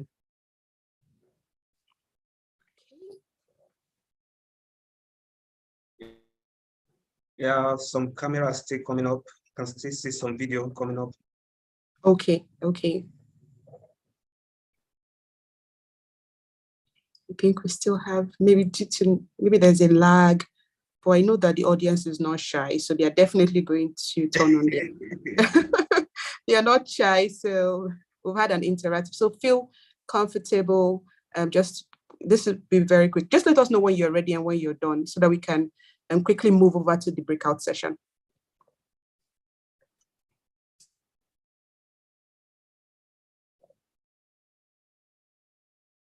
Okay, 30 seconds more. Okay.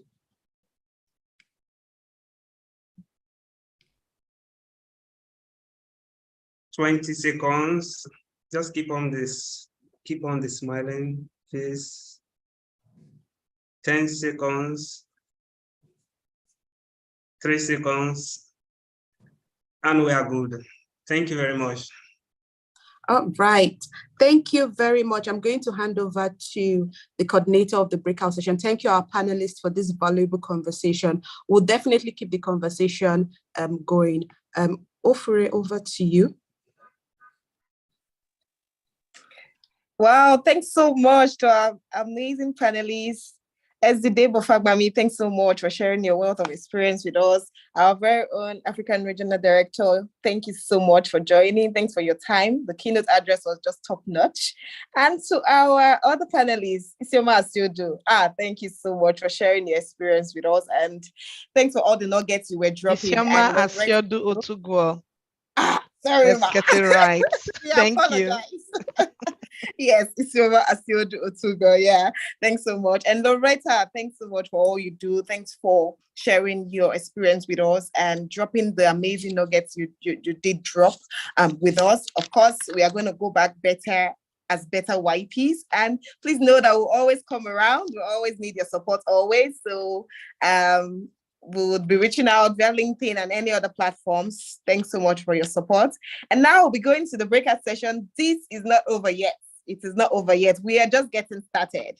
And of course, we already have people winning prizes already. You too, I'm sure you want to win prizes. We'll be having the Kahoot quiz after the breakout session. So sit back and relax.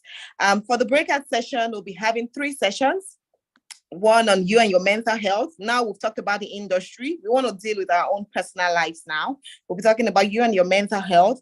We'll be talking about gender diversity in the energy industry and also imposter syndrome, how to overcome it. So don't go yet. And on the screen, you would see an icon towards your left-hand side telling you to join a breakout room. So now you know the 3 breakout sessions we'll be having, which will be running concurrently. So you would see these 3 teams. And we have our speakers already. We have Valentine Chima Zenachi, we have Temilade Adujora, and Audrey Akpewo Dogu. They'll be our speakers for the breakout session, and they'll be handling each of this session. So very soon we'll have that pop up on the screen. Just click on the group or the class you want to join and then click join. It's going to lead you to that particular breakout room. And then you'll have your speaker with you. Your moderator will also be there with you. And the session will run for about 20 to 30 minutes, after which we'll come back to plenary, the main event, where we'll have our Kahoot quiz. And then we'll take photographs again and call it a day. Hope you're good and hope you're clear with the how we want to go about this session. Okay, Simeon, please help us. Would have the join breakout room pop up shortly. So if you want to join you and your mental health, click on you and your mental health and go to that class. If you want to join imposter syndrome, click on that and go ahead. If you want to be part of the gender diversity session with Temilade, please go ahead and do that. Just a minute, please. Okay. While we're on that, if you had nuggets from the first session, please go on the chat box and drop those amazing nuggets from OG. Yeah, from OG, from Isioma Asiodo Tugo, from Loretta, and also from Engineer Debo Fagbami. Just drop it on the chats.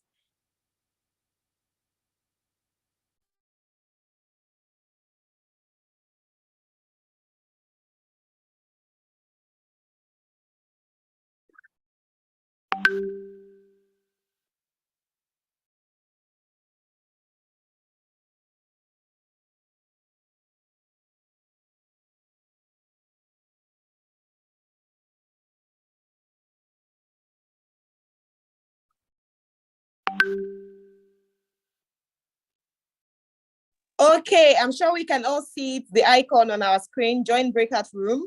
So you click on that, and I see the 3 breakout rooms. So click on the one you're interested in joining. You want to hear about gender diversity in our industry, Temilade is there for you. You want to talk about your mental health, Fam Valentine is there for you. You want to talk about imposter syndrome, Audrey is there for you. So just click on that particular topic and click on join, and you'll be referred to the breakout room. Don't leave the call, go join a breakout session. It's going to be great. The speakers are ready for you.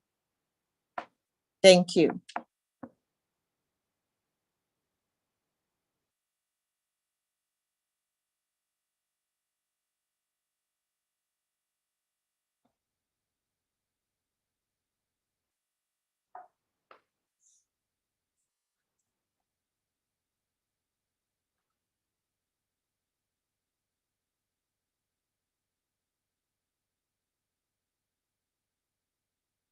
Okay, please find a breakout room and join the breakout room. Don't miss this session.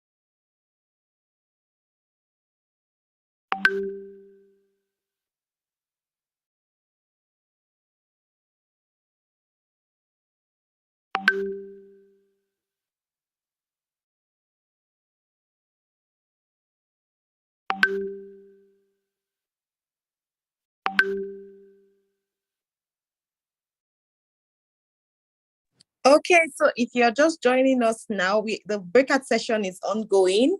And if you look at the top of your screen, you will see join breakout room. So there are 3 sessions that are concurrently going on. We have you and your mental health. We have gender diversity in the energy industry and imposter syndrome. So just click on the group or the class you want to be part of and click join, and you'll be directed to that breakout room. Go have fun and enjoy. Thank you.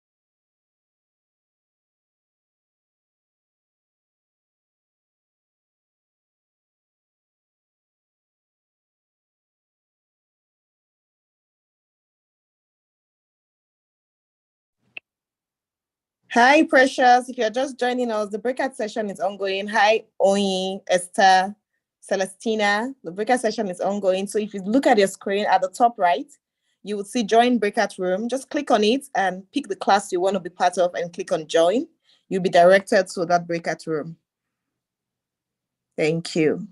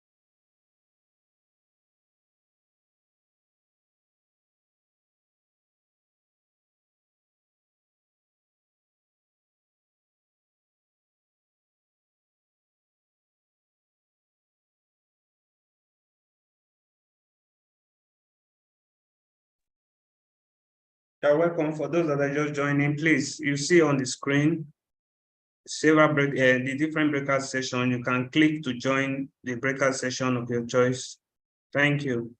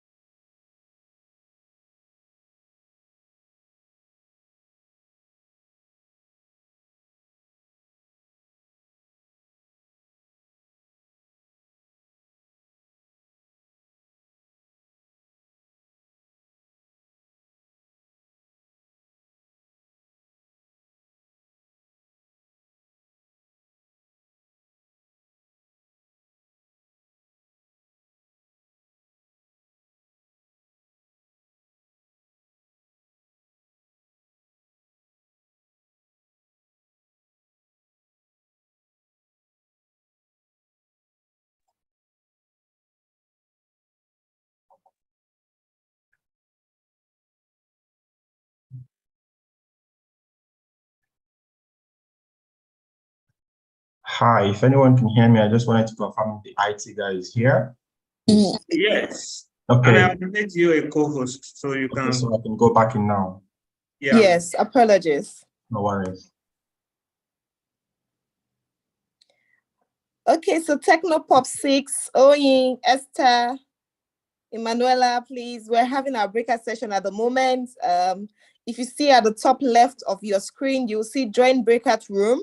And we have 3 sessions that's ongoing concurrently.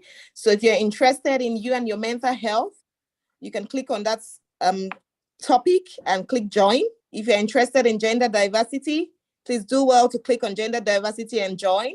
And then imposter syndrome, click on that and join. The sessions are ongoing and it's going on so well, and we don't want you to miss it. So please go ahead and join the sessions. Thank you. Quick notice, the pop-up is actually no longer there to go back into the room. So it's still there. I can see it. So which one is your room? Which is you your and your room? mental health is my Okay, room. you and your mental health. Okay. Let me just. Okay. I think I found it. It's now down at the grade. It's no longer. It's okay. Just. Okay. Thank you. Mm-hmm.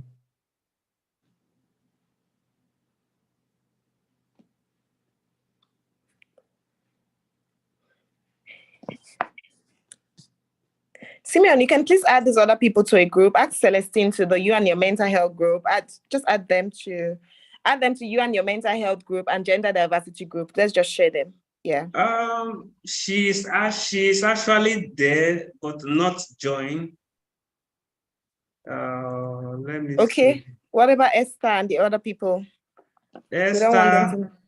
Esther is also you and your mental health. She's there, but she has not joined. Ah, okay. What about Oyin? Oyin, she's also there, but she has not joined. Techno is also there. He has not joined. Okay, so I don't know if they can hear us. You must click join for you to be able to access the group or the breakout session. So ensure you click join, please. Thank you. Let me go join one now. I don't want to miss out too.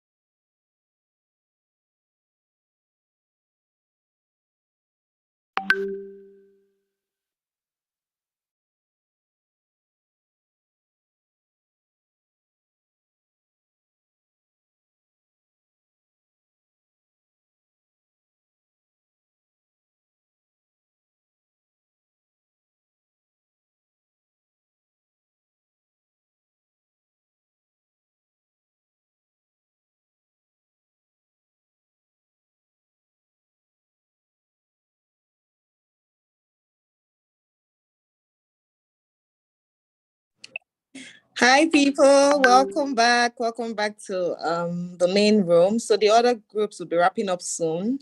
I'm sure we had a good time with Temilade on gender diversity. And currently, the other sessions will be wrapping up shortly. They'll join us back in plenary, and then we'll continue with our event. We are almost at the end, so don't leave. We still have those few activities that we want you to be part of. So please don't go yet. Thanks for staying till this time. Do you need me All to? right, thank you, Ofori.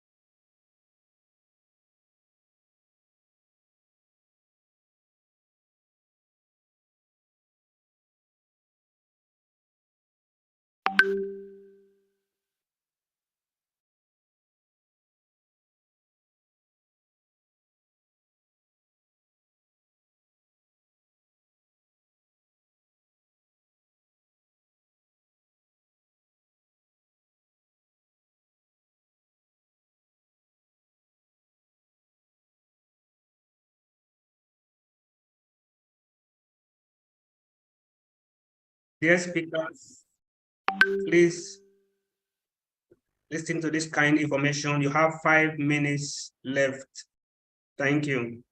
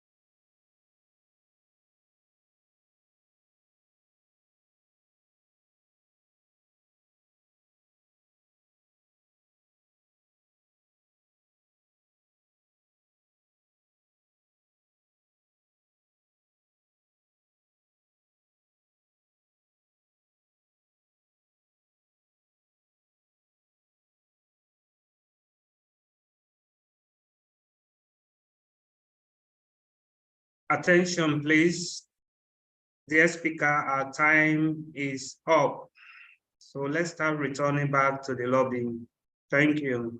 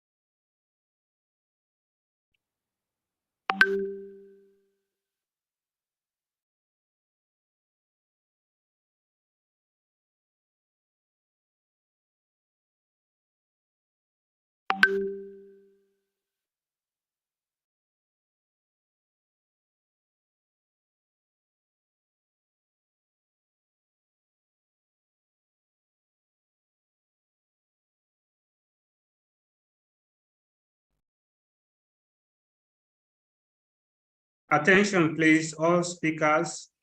In 60 seconds, all room will be closed. Thank you.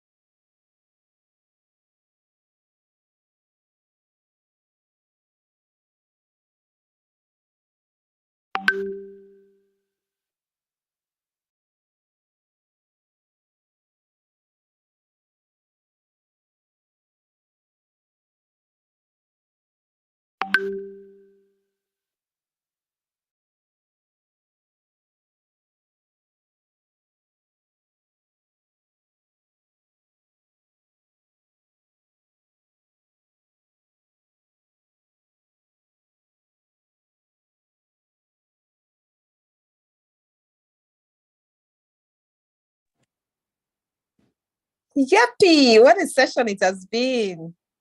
Can you guys hear me? Can you ladies hear me?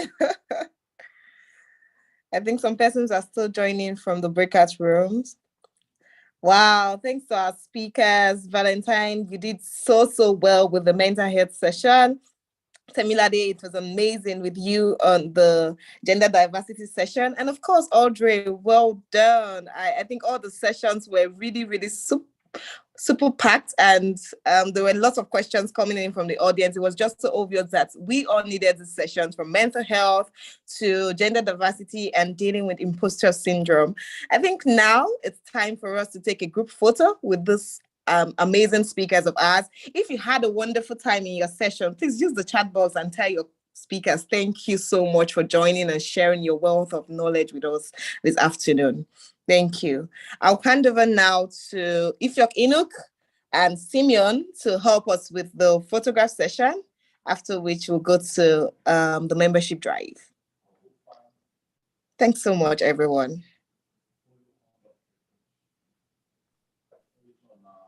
Thank you, Furi. Please confirm you can hear me. Loud and clear. Oh, okay. All right, everyone, kindly turn on your cameras. It's time for the photograph. And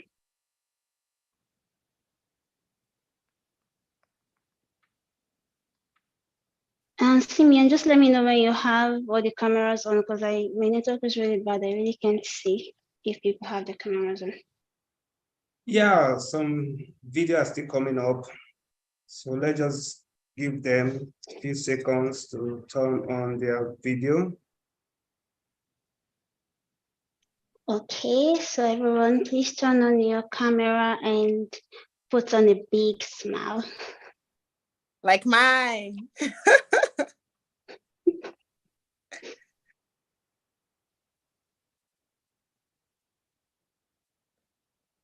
Just let us know when you've taken it, Simeon.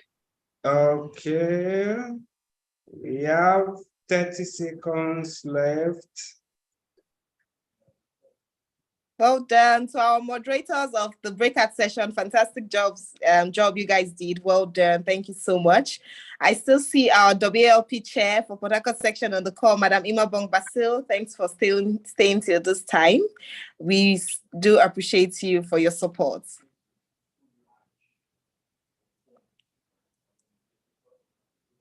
Five seconds left. 3 seconds. 2 seconds. And 1. Thank God I cut that last action. Thank you very much. Thanks, All right, Simeon. thanks, Simeon. Okay, thank you everyone for that.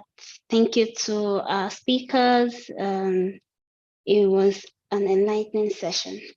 So up next, we'll be having a membership drive, and please still stay connected because we have a Kahoot quiz coming up. And so now I'll hand over to Emanuela, our YP co-chair, to give the membership drive. Thank you very much, Ifyok. Wonderful session so far. I want to use this opportunity to thank all the panelists, the breakout session speakers. It has been amazing. I would say to tell your friends that are not on this call that they missed big time.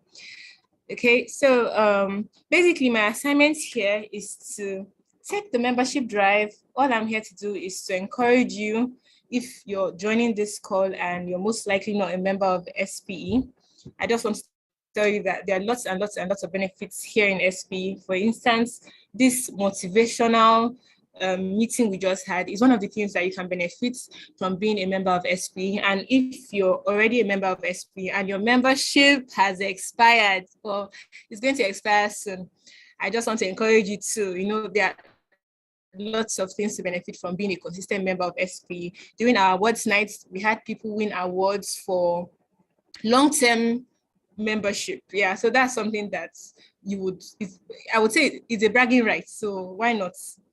Okay, SPE is a place for all today's oil and gas, energy industry professionals, including students, irrespective of their course of study and whatnot. So as long as you're in the energy industry or you have interest in the energy industry, yeah, you can be a member of SPE. So in SPE, we have people that are bankers, lawyers, doctors. I believe on this call, we had a doctor speak with us.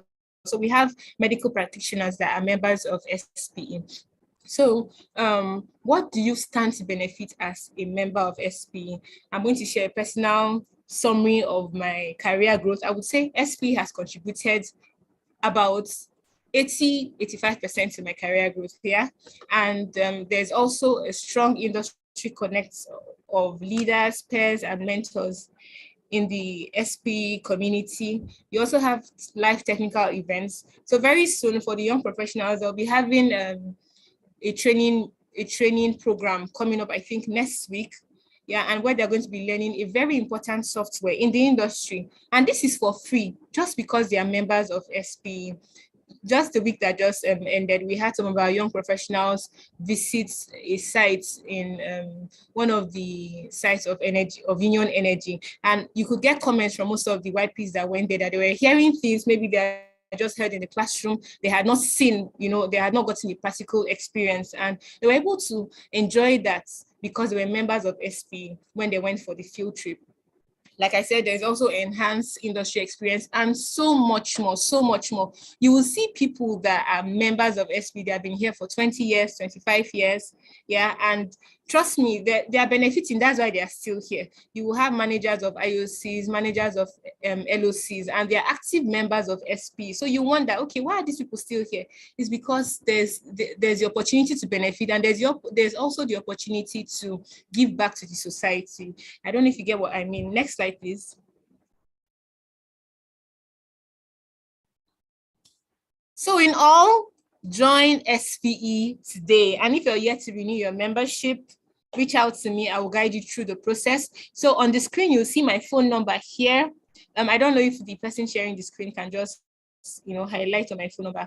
So there you can see my phone number, Emanuela for young professionals. Then if you're a student and you're joining this call, you can reach out to Itoro or Queen. Their numbers are there. You can just take a screenshot and reach out to them later. They will guide you. Maybe you're not active in your student chapter or you're not active as a young professional. So we can keep you updated on things that are happening so you can engage more in what is happening in SPE.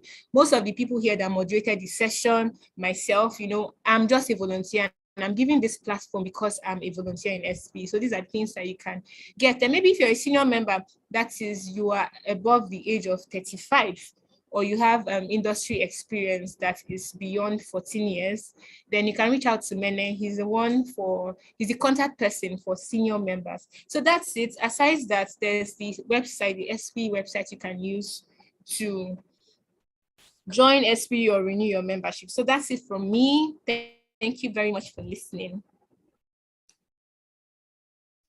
Thank you very much, Manuela. So if you've not yet joined us, we look forward to having you as part of our community. And without wasting further time, we'll move over to the Kahoot quiz, and this will be anchored by Gerald. So, hello, Gerald.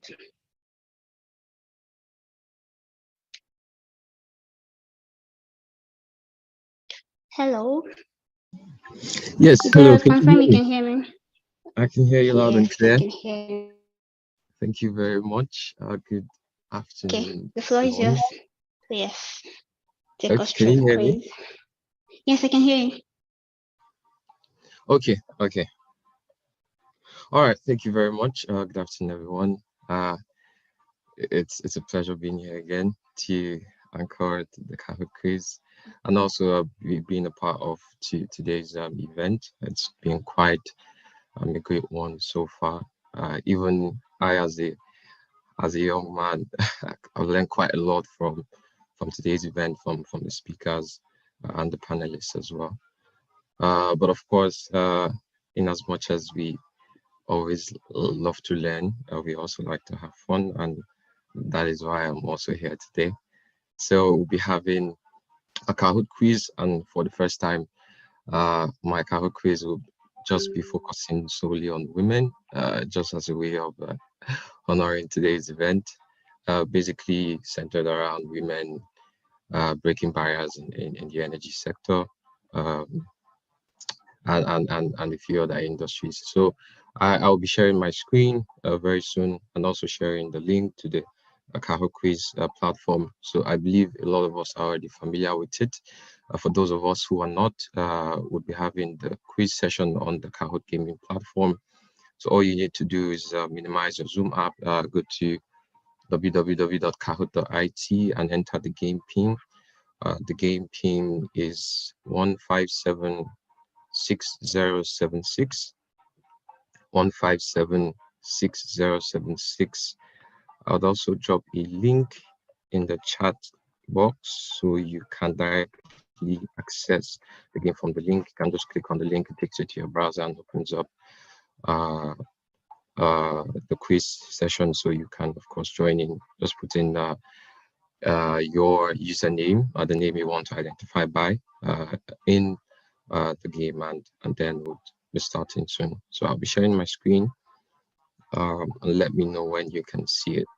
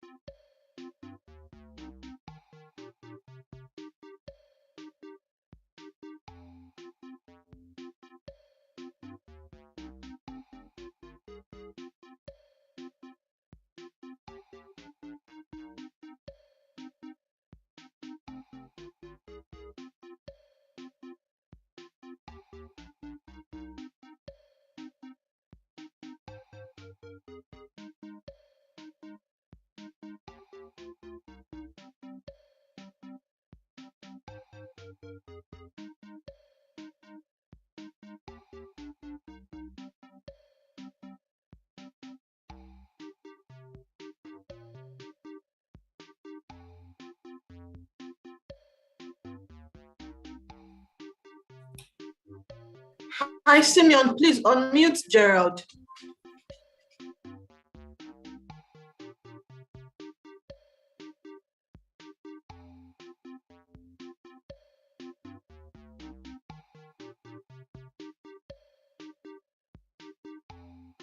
Okay, you can unmute.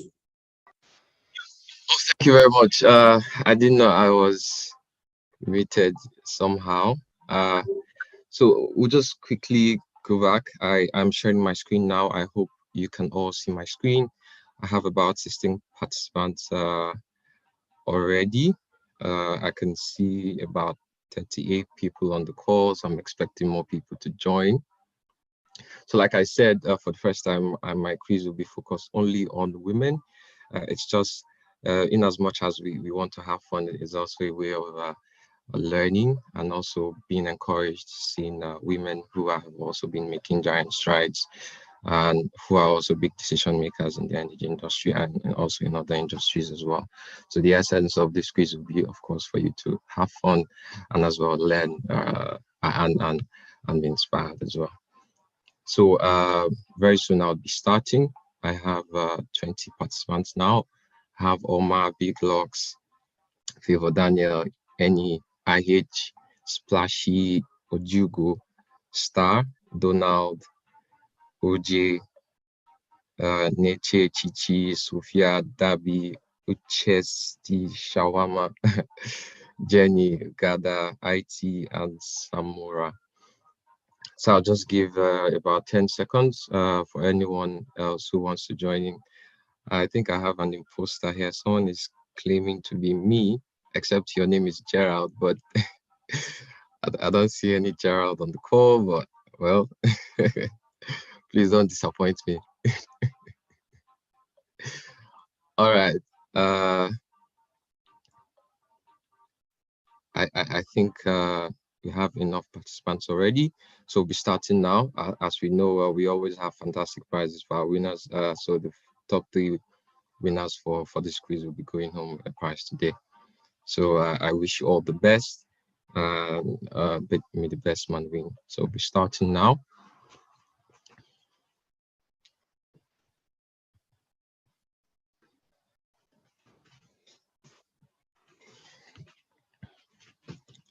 So for my first question, also known as the Big Oil's Big Deal Maker, this woman is the first female CEO of a major US oil company. Is it Wade Whitman? Is it Shauna Noonan? Is it Karen Lynch? Or is it Vicky Holub?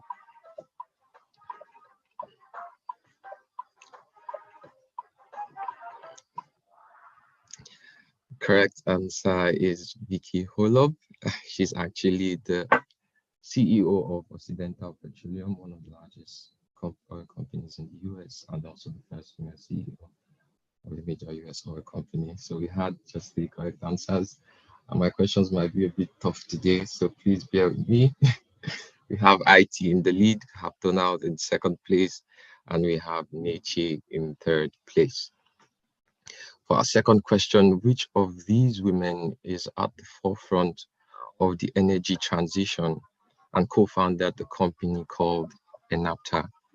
Is it Carrie Chan? Is it Amanda Hall, Vaitya Kowan, or Michaela Druckmann?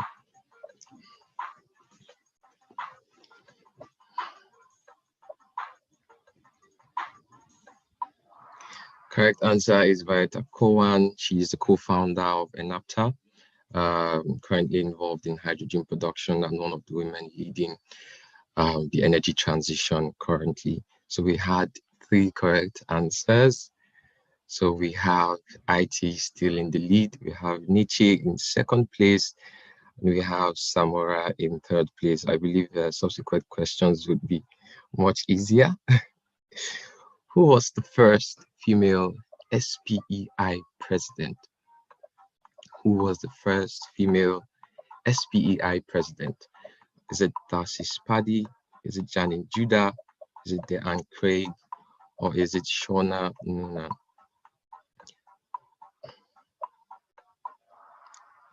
We have 7 correct answers. it's actually Diane Craig. A lot of people went for Shona Noonan, but Shona Noonan was the president in 2020, much later than Diane Craig was the president in the 90s. So let's see our scoreboard. Our scoreboard has been changing. While we have IT still in the lead. We have Samora in second place, and we have Donald in third. Let's take the fourth question.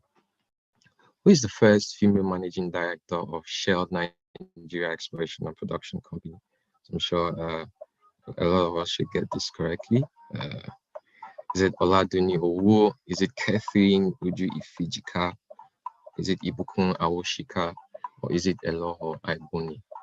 Who is the first female managing director of SNEPCO?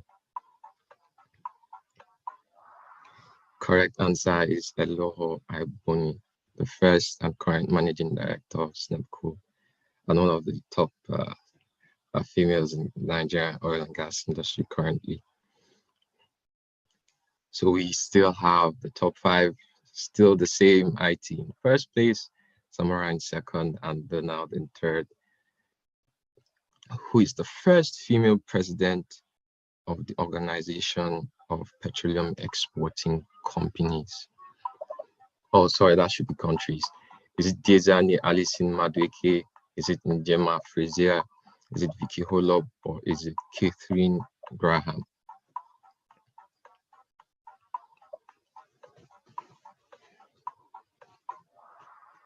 Yes, we had a lot of correct answers this time around. That's Diezani Alison Madueke. Appointed in 2017, she is the first and only female president of OPEC. These are women doing really great stuff. Let's see who is in the lead. We still have IT in the lead. Wow, IT has been on a long streak all through the beginning of the game. We have Donald in second place, and we have Samara in third. I hope we're all learning and enjoying the game as well. Which of these women led the software team that wrote the computer code to send Apollo 11 to the moon and back? Is it Margaret Hamilton? Is it Dr. Mildred Dresselhaus, Sarah Spath, or Dr. Lise Meitner?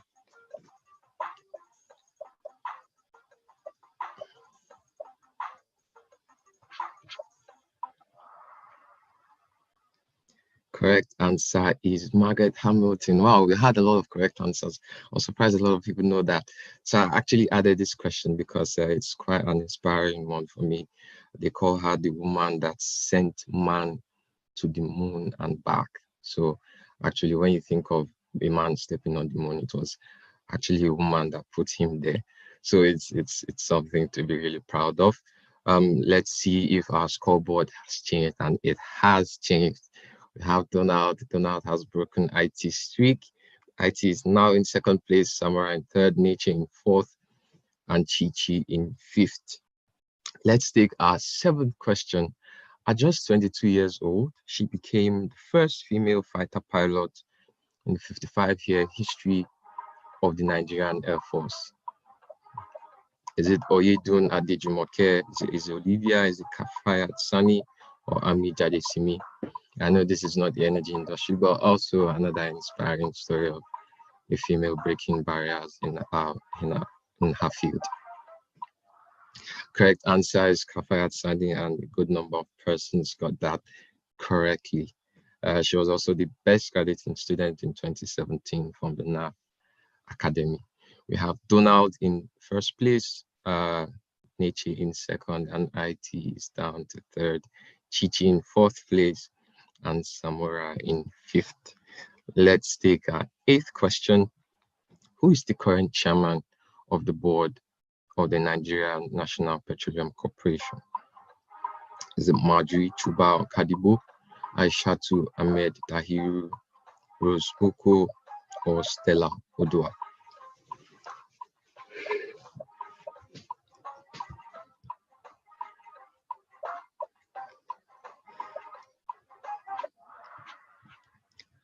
Yes, we have 9 correct answers, and it is Senator Marjorie Chuba Kadibo, a female, and she actually sits at the top of the helm, or at the helm of affairs of the NNPC. So let's see. Wow, our scoreboard has changed. We now have Nietzsche in first place, IT is back to second, Donald in third, Chichi in fourth, and Samurai in fifth. This is quite a competition. For our ninth question, this is like a bonus question, I guess. Who's the first African female to become the SPA African Regional Director? Is it Mervyn Azeta? Is it Farida Bedway, Ohoho Effiom, or Angela Dwamina Abwagi?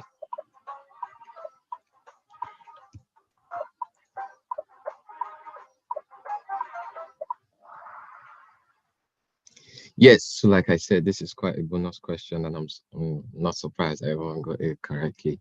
So the correct answer is Effiom. For those of you who did not know, she's actually the first and only African female to become the SPE African Regional Director. Let's see our scoreboard. Let's have the top three remaining the same, Samurai in fourth and Chichi in fifth. So we'll take our final question and we'll know who our top three winners for today's quiz game would be. Who is the first woman and the first African to serve as the head of the World Trade Organization? Is it Waris Tibi? Is it Senator Dr. Rasha Kelej, Ngozi Okonjo-Iweala, or Fatoumata Bah?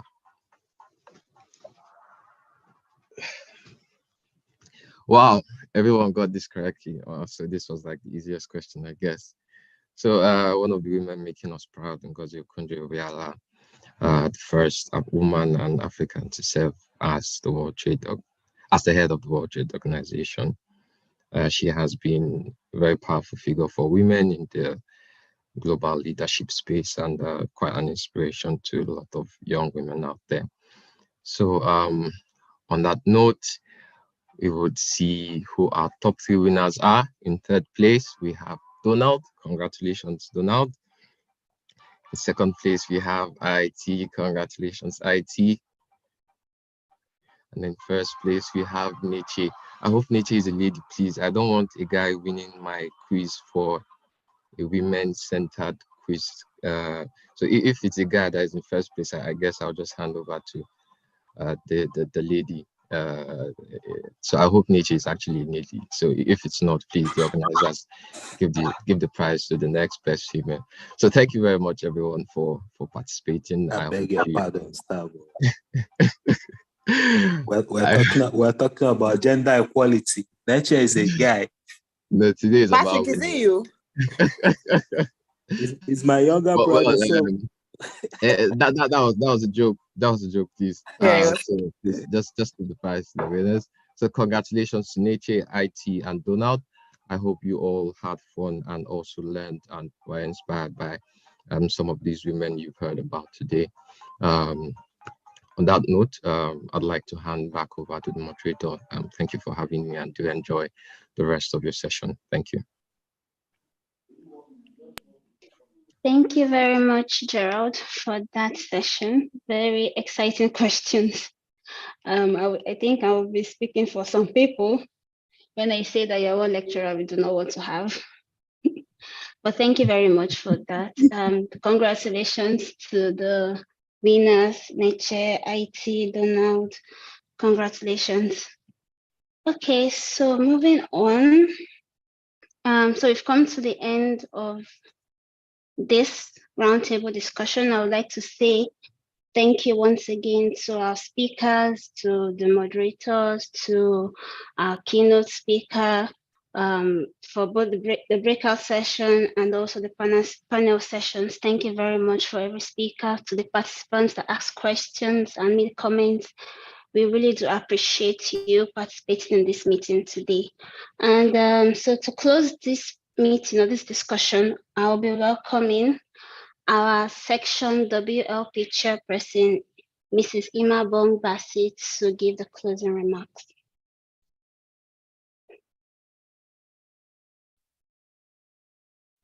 Mrs. Imabong, can you hear me?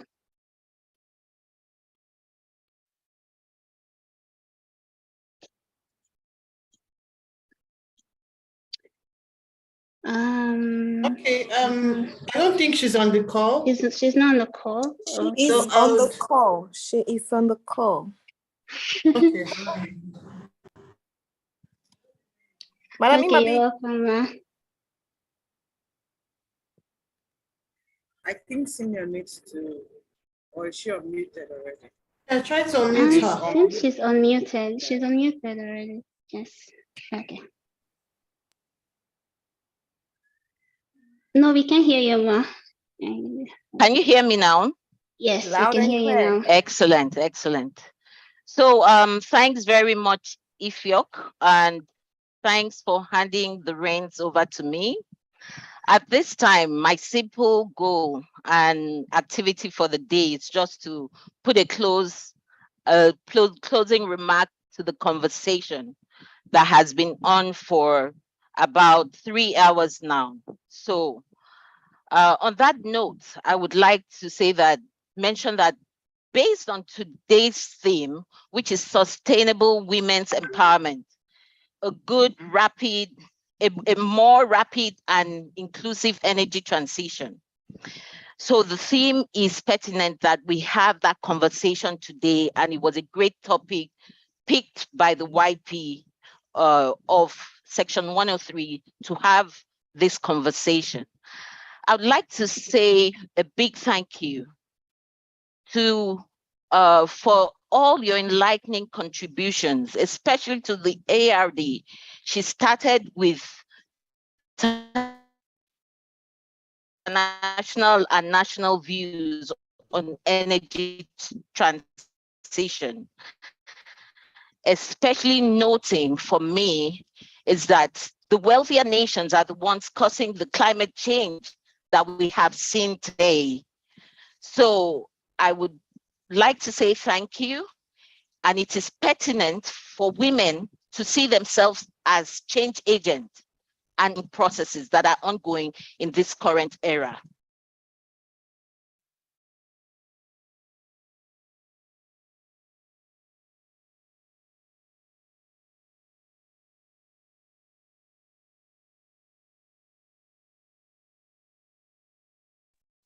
Am I clear?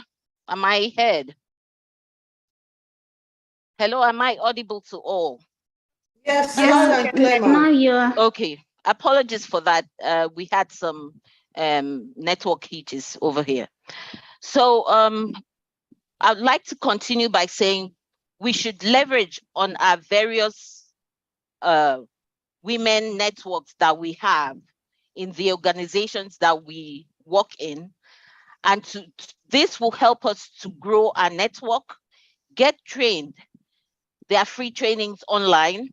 Be confident, be assertive, build your experience, participate, volunteer, and leverage on your strengths. Build your strength, let people understand these are the things that you can bring to the table, just like Audrey had mentioned in her session. And please do find allies. There are allies everywhere. There are men that understand that it is a strength to have a powerful woman beside you. So showing appreciation also is important.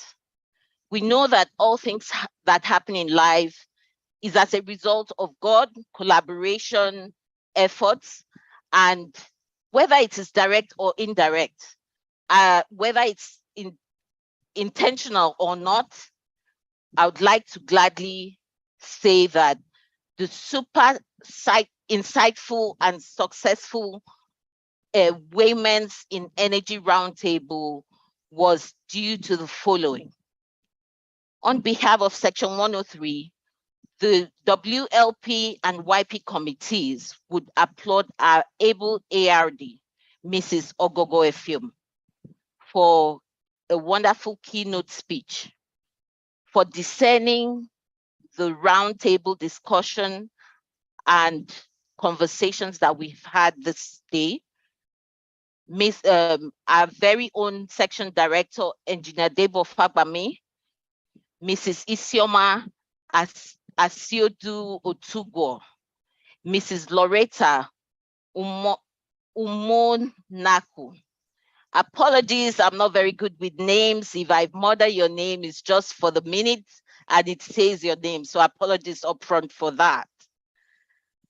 So for a breakout session, it was very insightful.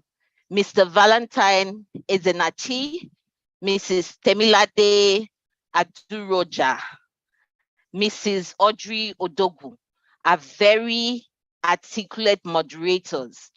Isioma Okolo, Itoro Inuk, June Adejo, Dorcas Otis, Patrick Ezenachi, Nwana Ekanem, and our Kahoot facilitator, Gerald. Thank you so much for your time and for the energy you put into this. Appreciation also goes to the section chair and ably, section chair engineer Daniel Abia, ably represented by programs chair Mrs. Ngozi Okonkwo, and all the board members that have been present in this session today. Thanks for giving us the opportunity to have this conversation and to serve the section in this capacity. I also would thank sincerely the contributions of many others for a successful virtual gathering, for their unrelenting support to the sponsor and for the unrelenting support and to the sponsor of the prizes won during the Kahoot session. Very well done, and thank you for your support. For those without whom this event would not have been possible, special thanks go to the formidable team, ably led by the YP chair, Mrs. Ofure Ugege. Thank you so much. The YP WLP lead, Ms. Obianuju Isi Chili. Well done and thank you. Simeon Ogenede, Dorcas again, always up and doing and in every session. Well done, Dorcas Jimmy Ortiz. Pauline Nwamaka, Nwana Ekanem, Valentine, Emanuela, Patrick, for answering the call to service, for their resourcefulness, innovation approach to ensure that this event happened very seamlessly and with great intellectuals to share knowledge with us. Thank you so much. Finally, I sincerely appreciate everyone that took out time to be here today, for making out time on a Saturday morning, which is our own personal time, to be here in this roundtable and also to enjoy our breakout session, the Kahoot session, and all of it all. Truly, like the moderator had said, tell your counterparts that missed it, you missed. So don't forget to tell them that and encourage them to join in the next session. I also wish to advise further, just to say that there are so many programs currently. The Ivy Leagues in the US and even in the UK have been able to give so many online programs that will help you upskill, advance yourself, and improve your person, whether it's in leadership or in technical space. Even some universities currently in the US do not even need the GRE or GMAT for certain things. Find this out, go online, talk to people, and we can deepen this conversation beyond here. Connect with us on LinkedIn. The wealth of knowledge that the speakers and all of the people involved in this program brought to the table is enormous. Connect with them in LinkedIn. Enjoy the conversation further. So deepen your connect with the influencers that have shown us that they can advance us to the next level. And borrowing Audrey's words or phrase, like I would like to say, always be comfortable in being uncomfortable. God bless you all and have a great day further. Thank you so much. If you're over to you.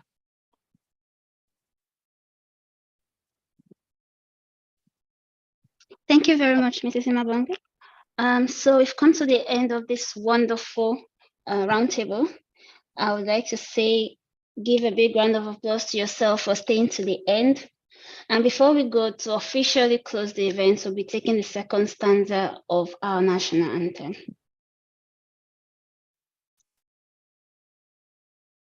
Can you click on?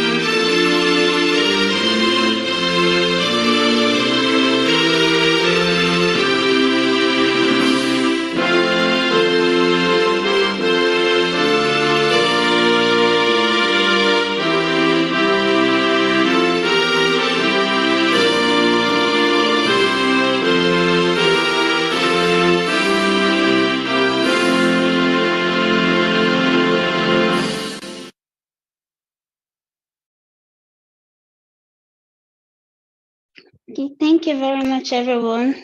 Do stay safe and do have a lovely weekend. And see you at the next SP event. Thank you so much, Ifyok. Thank you for joining.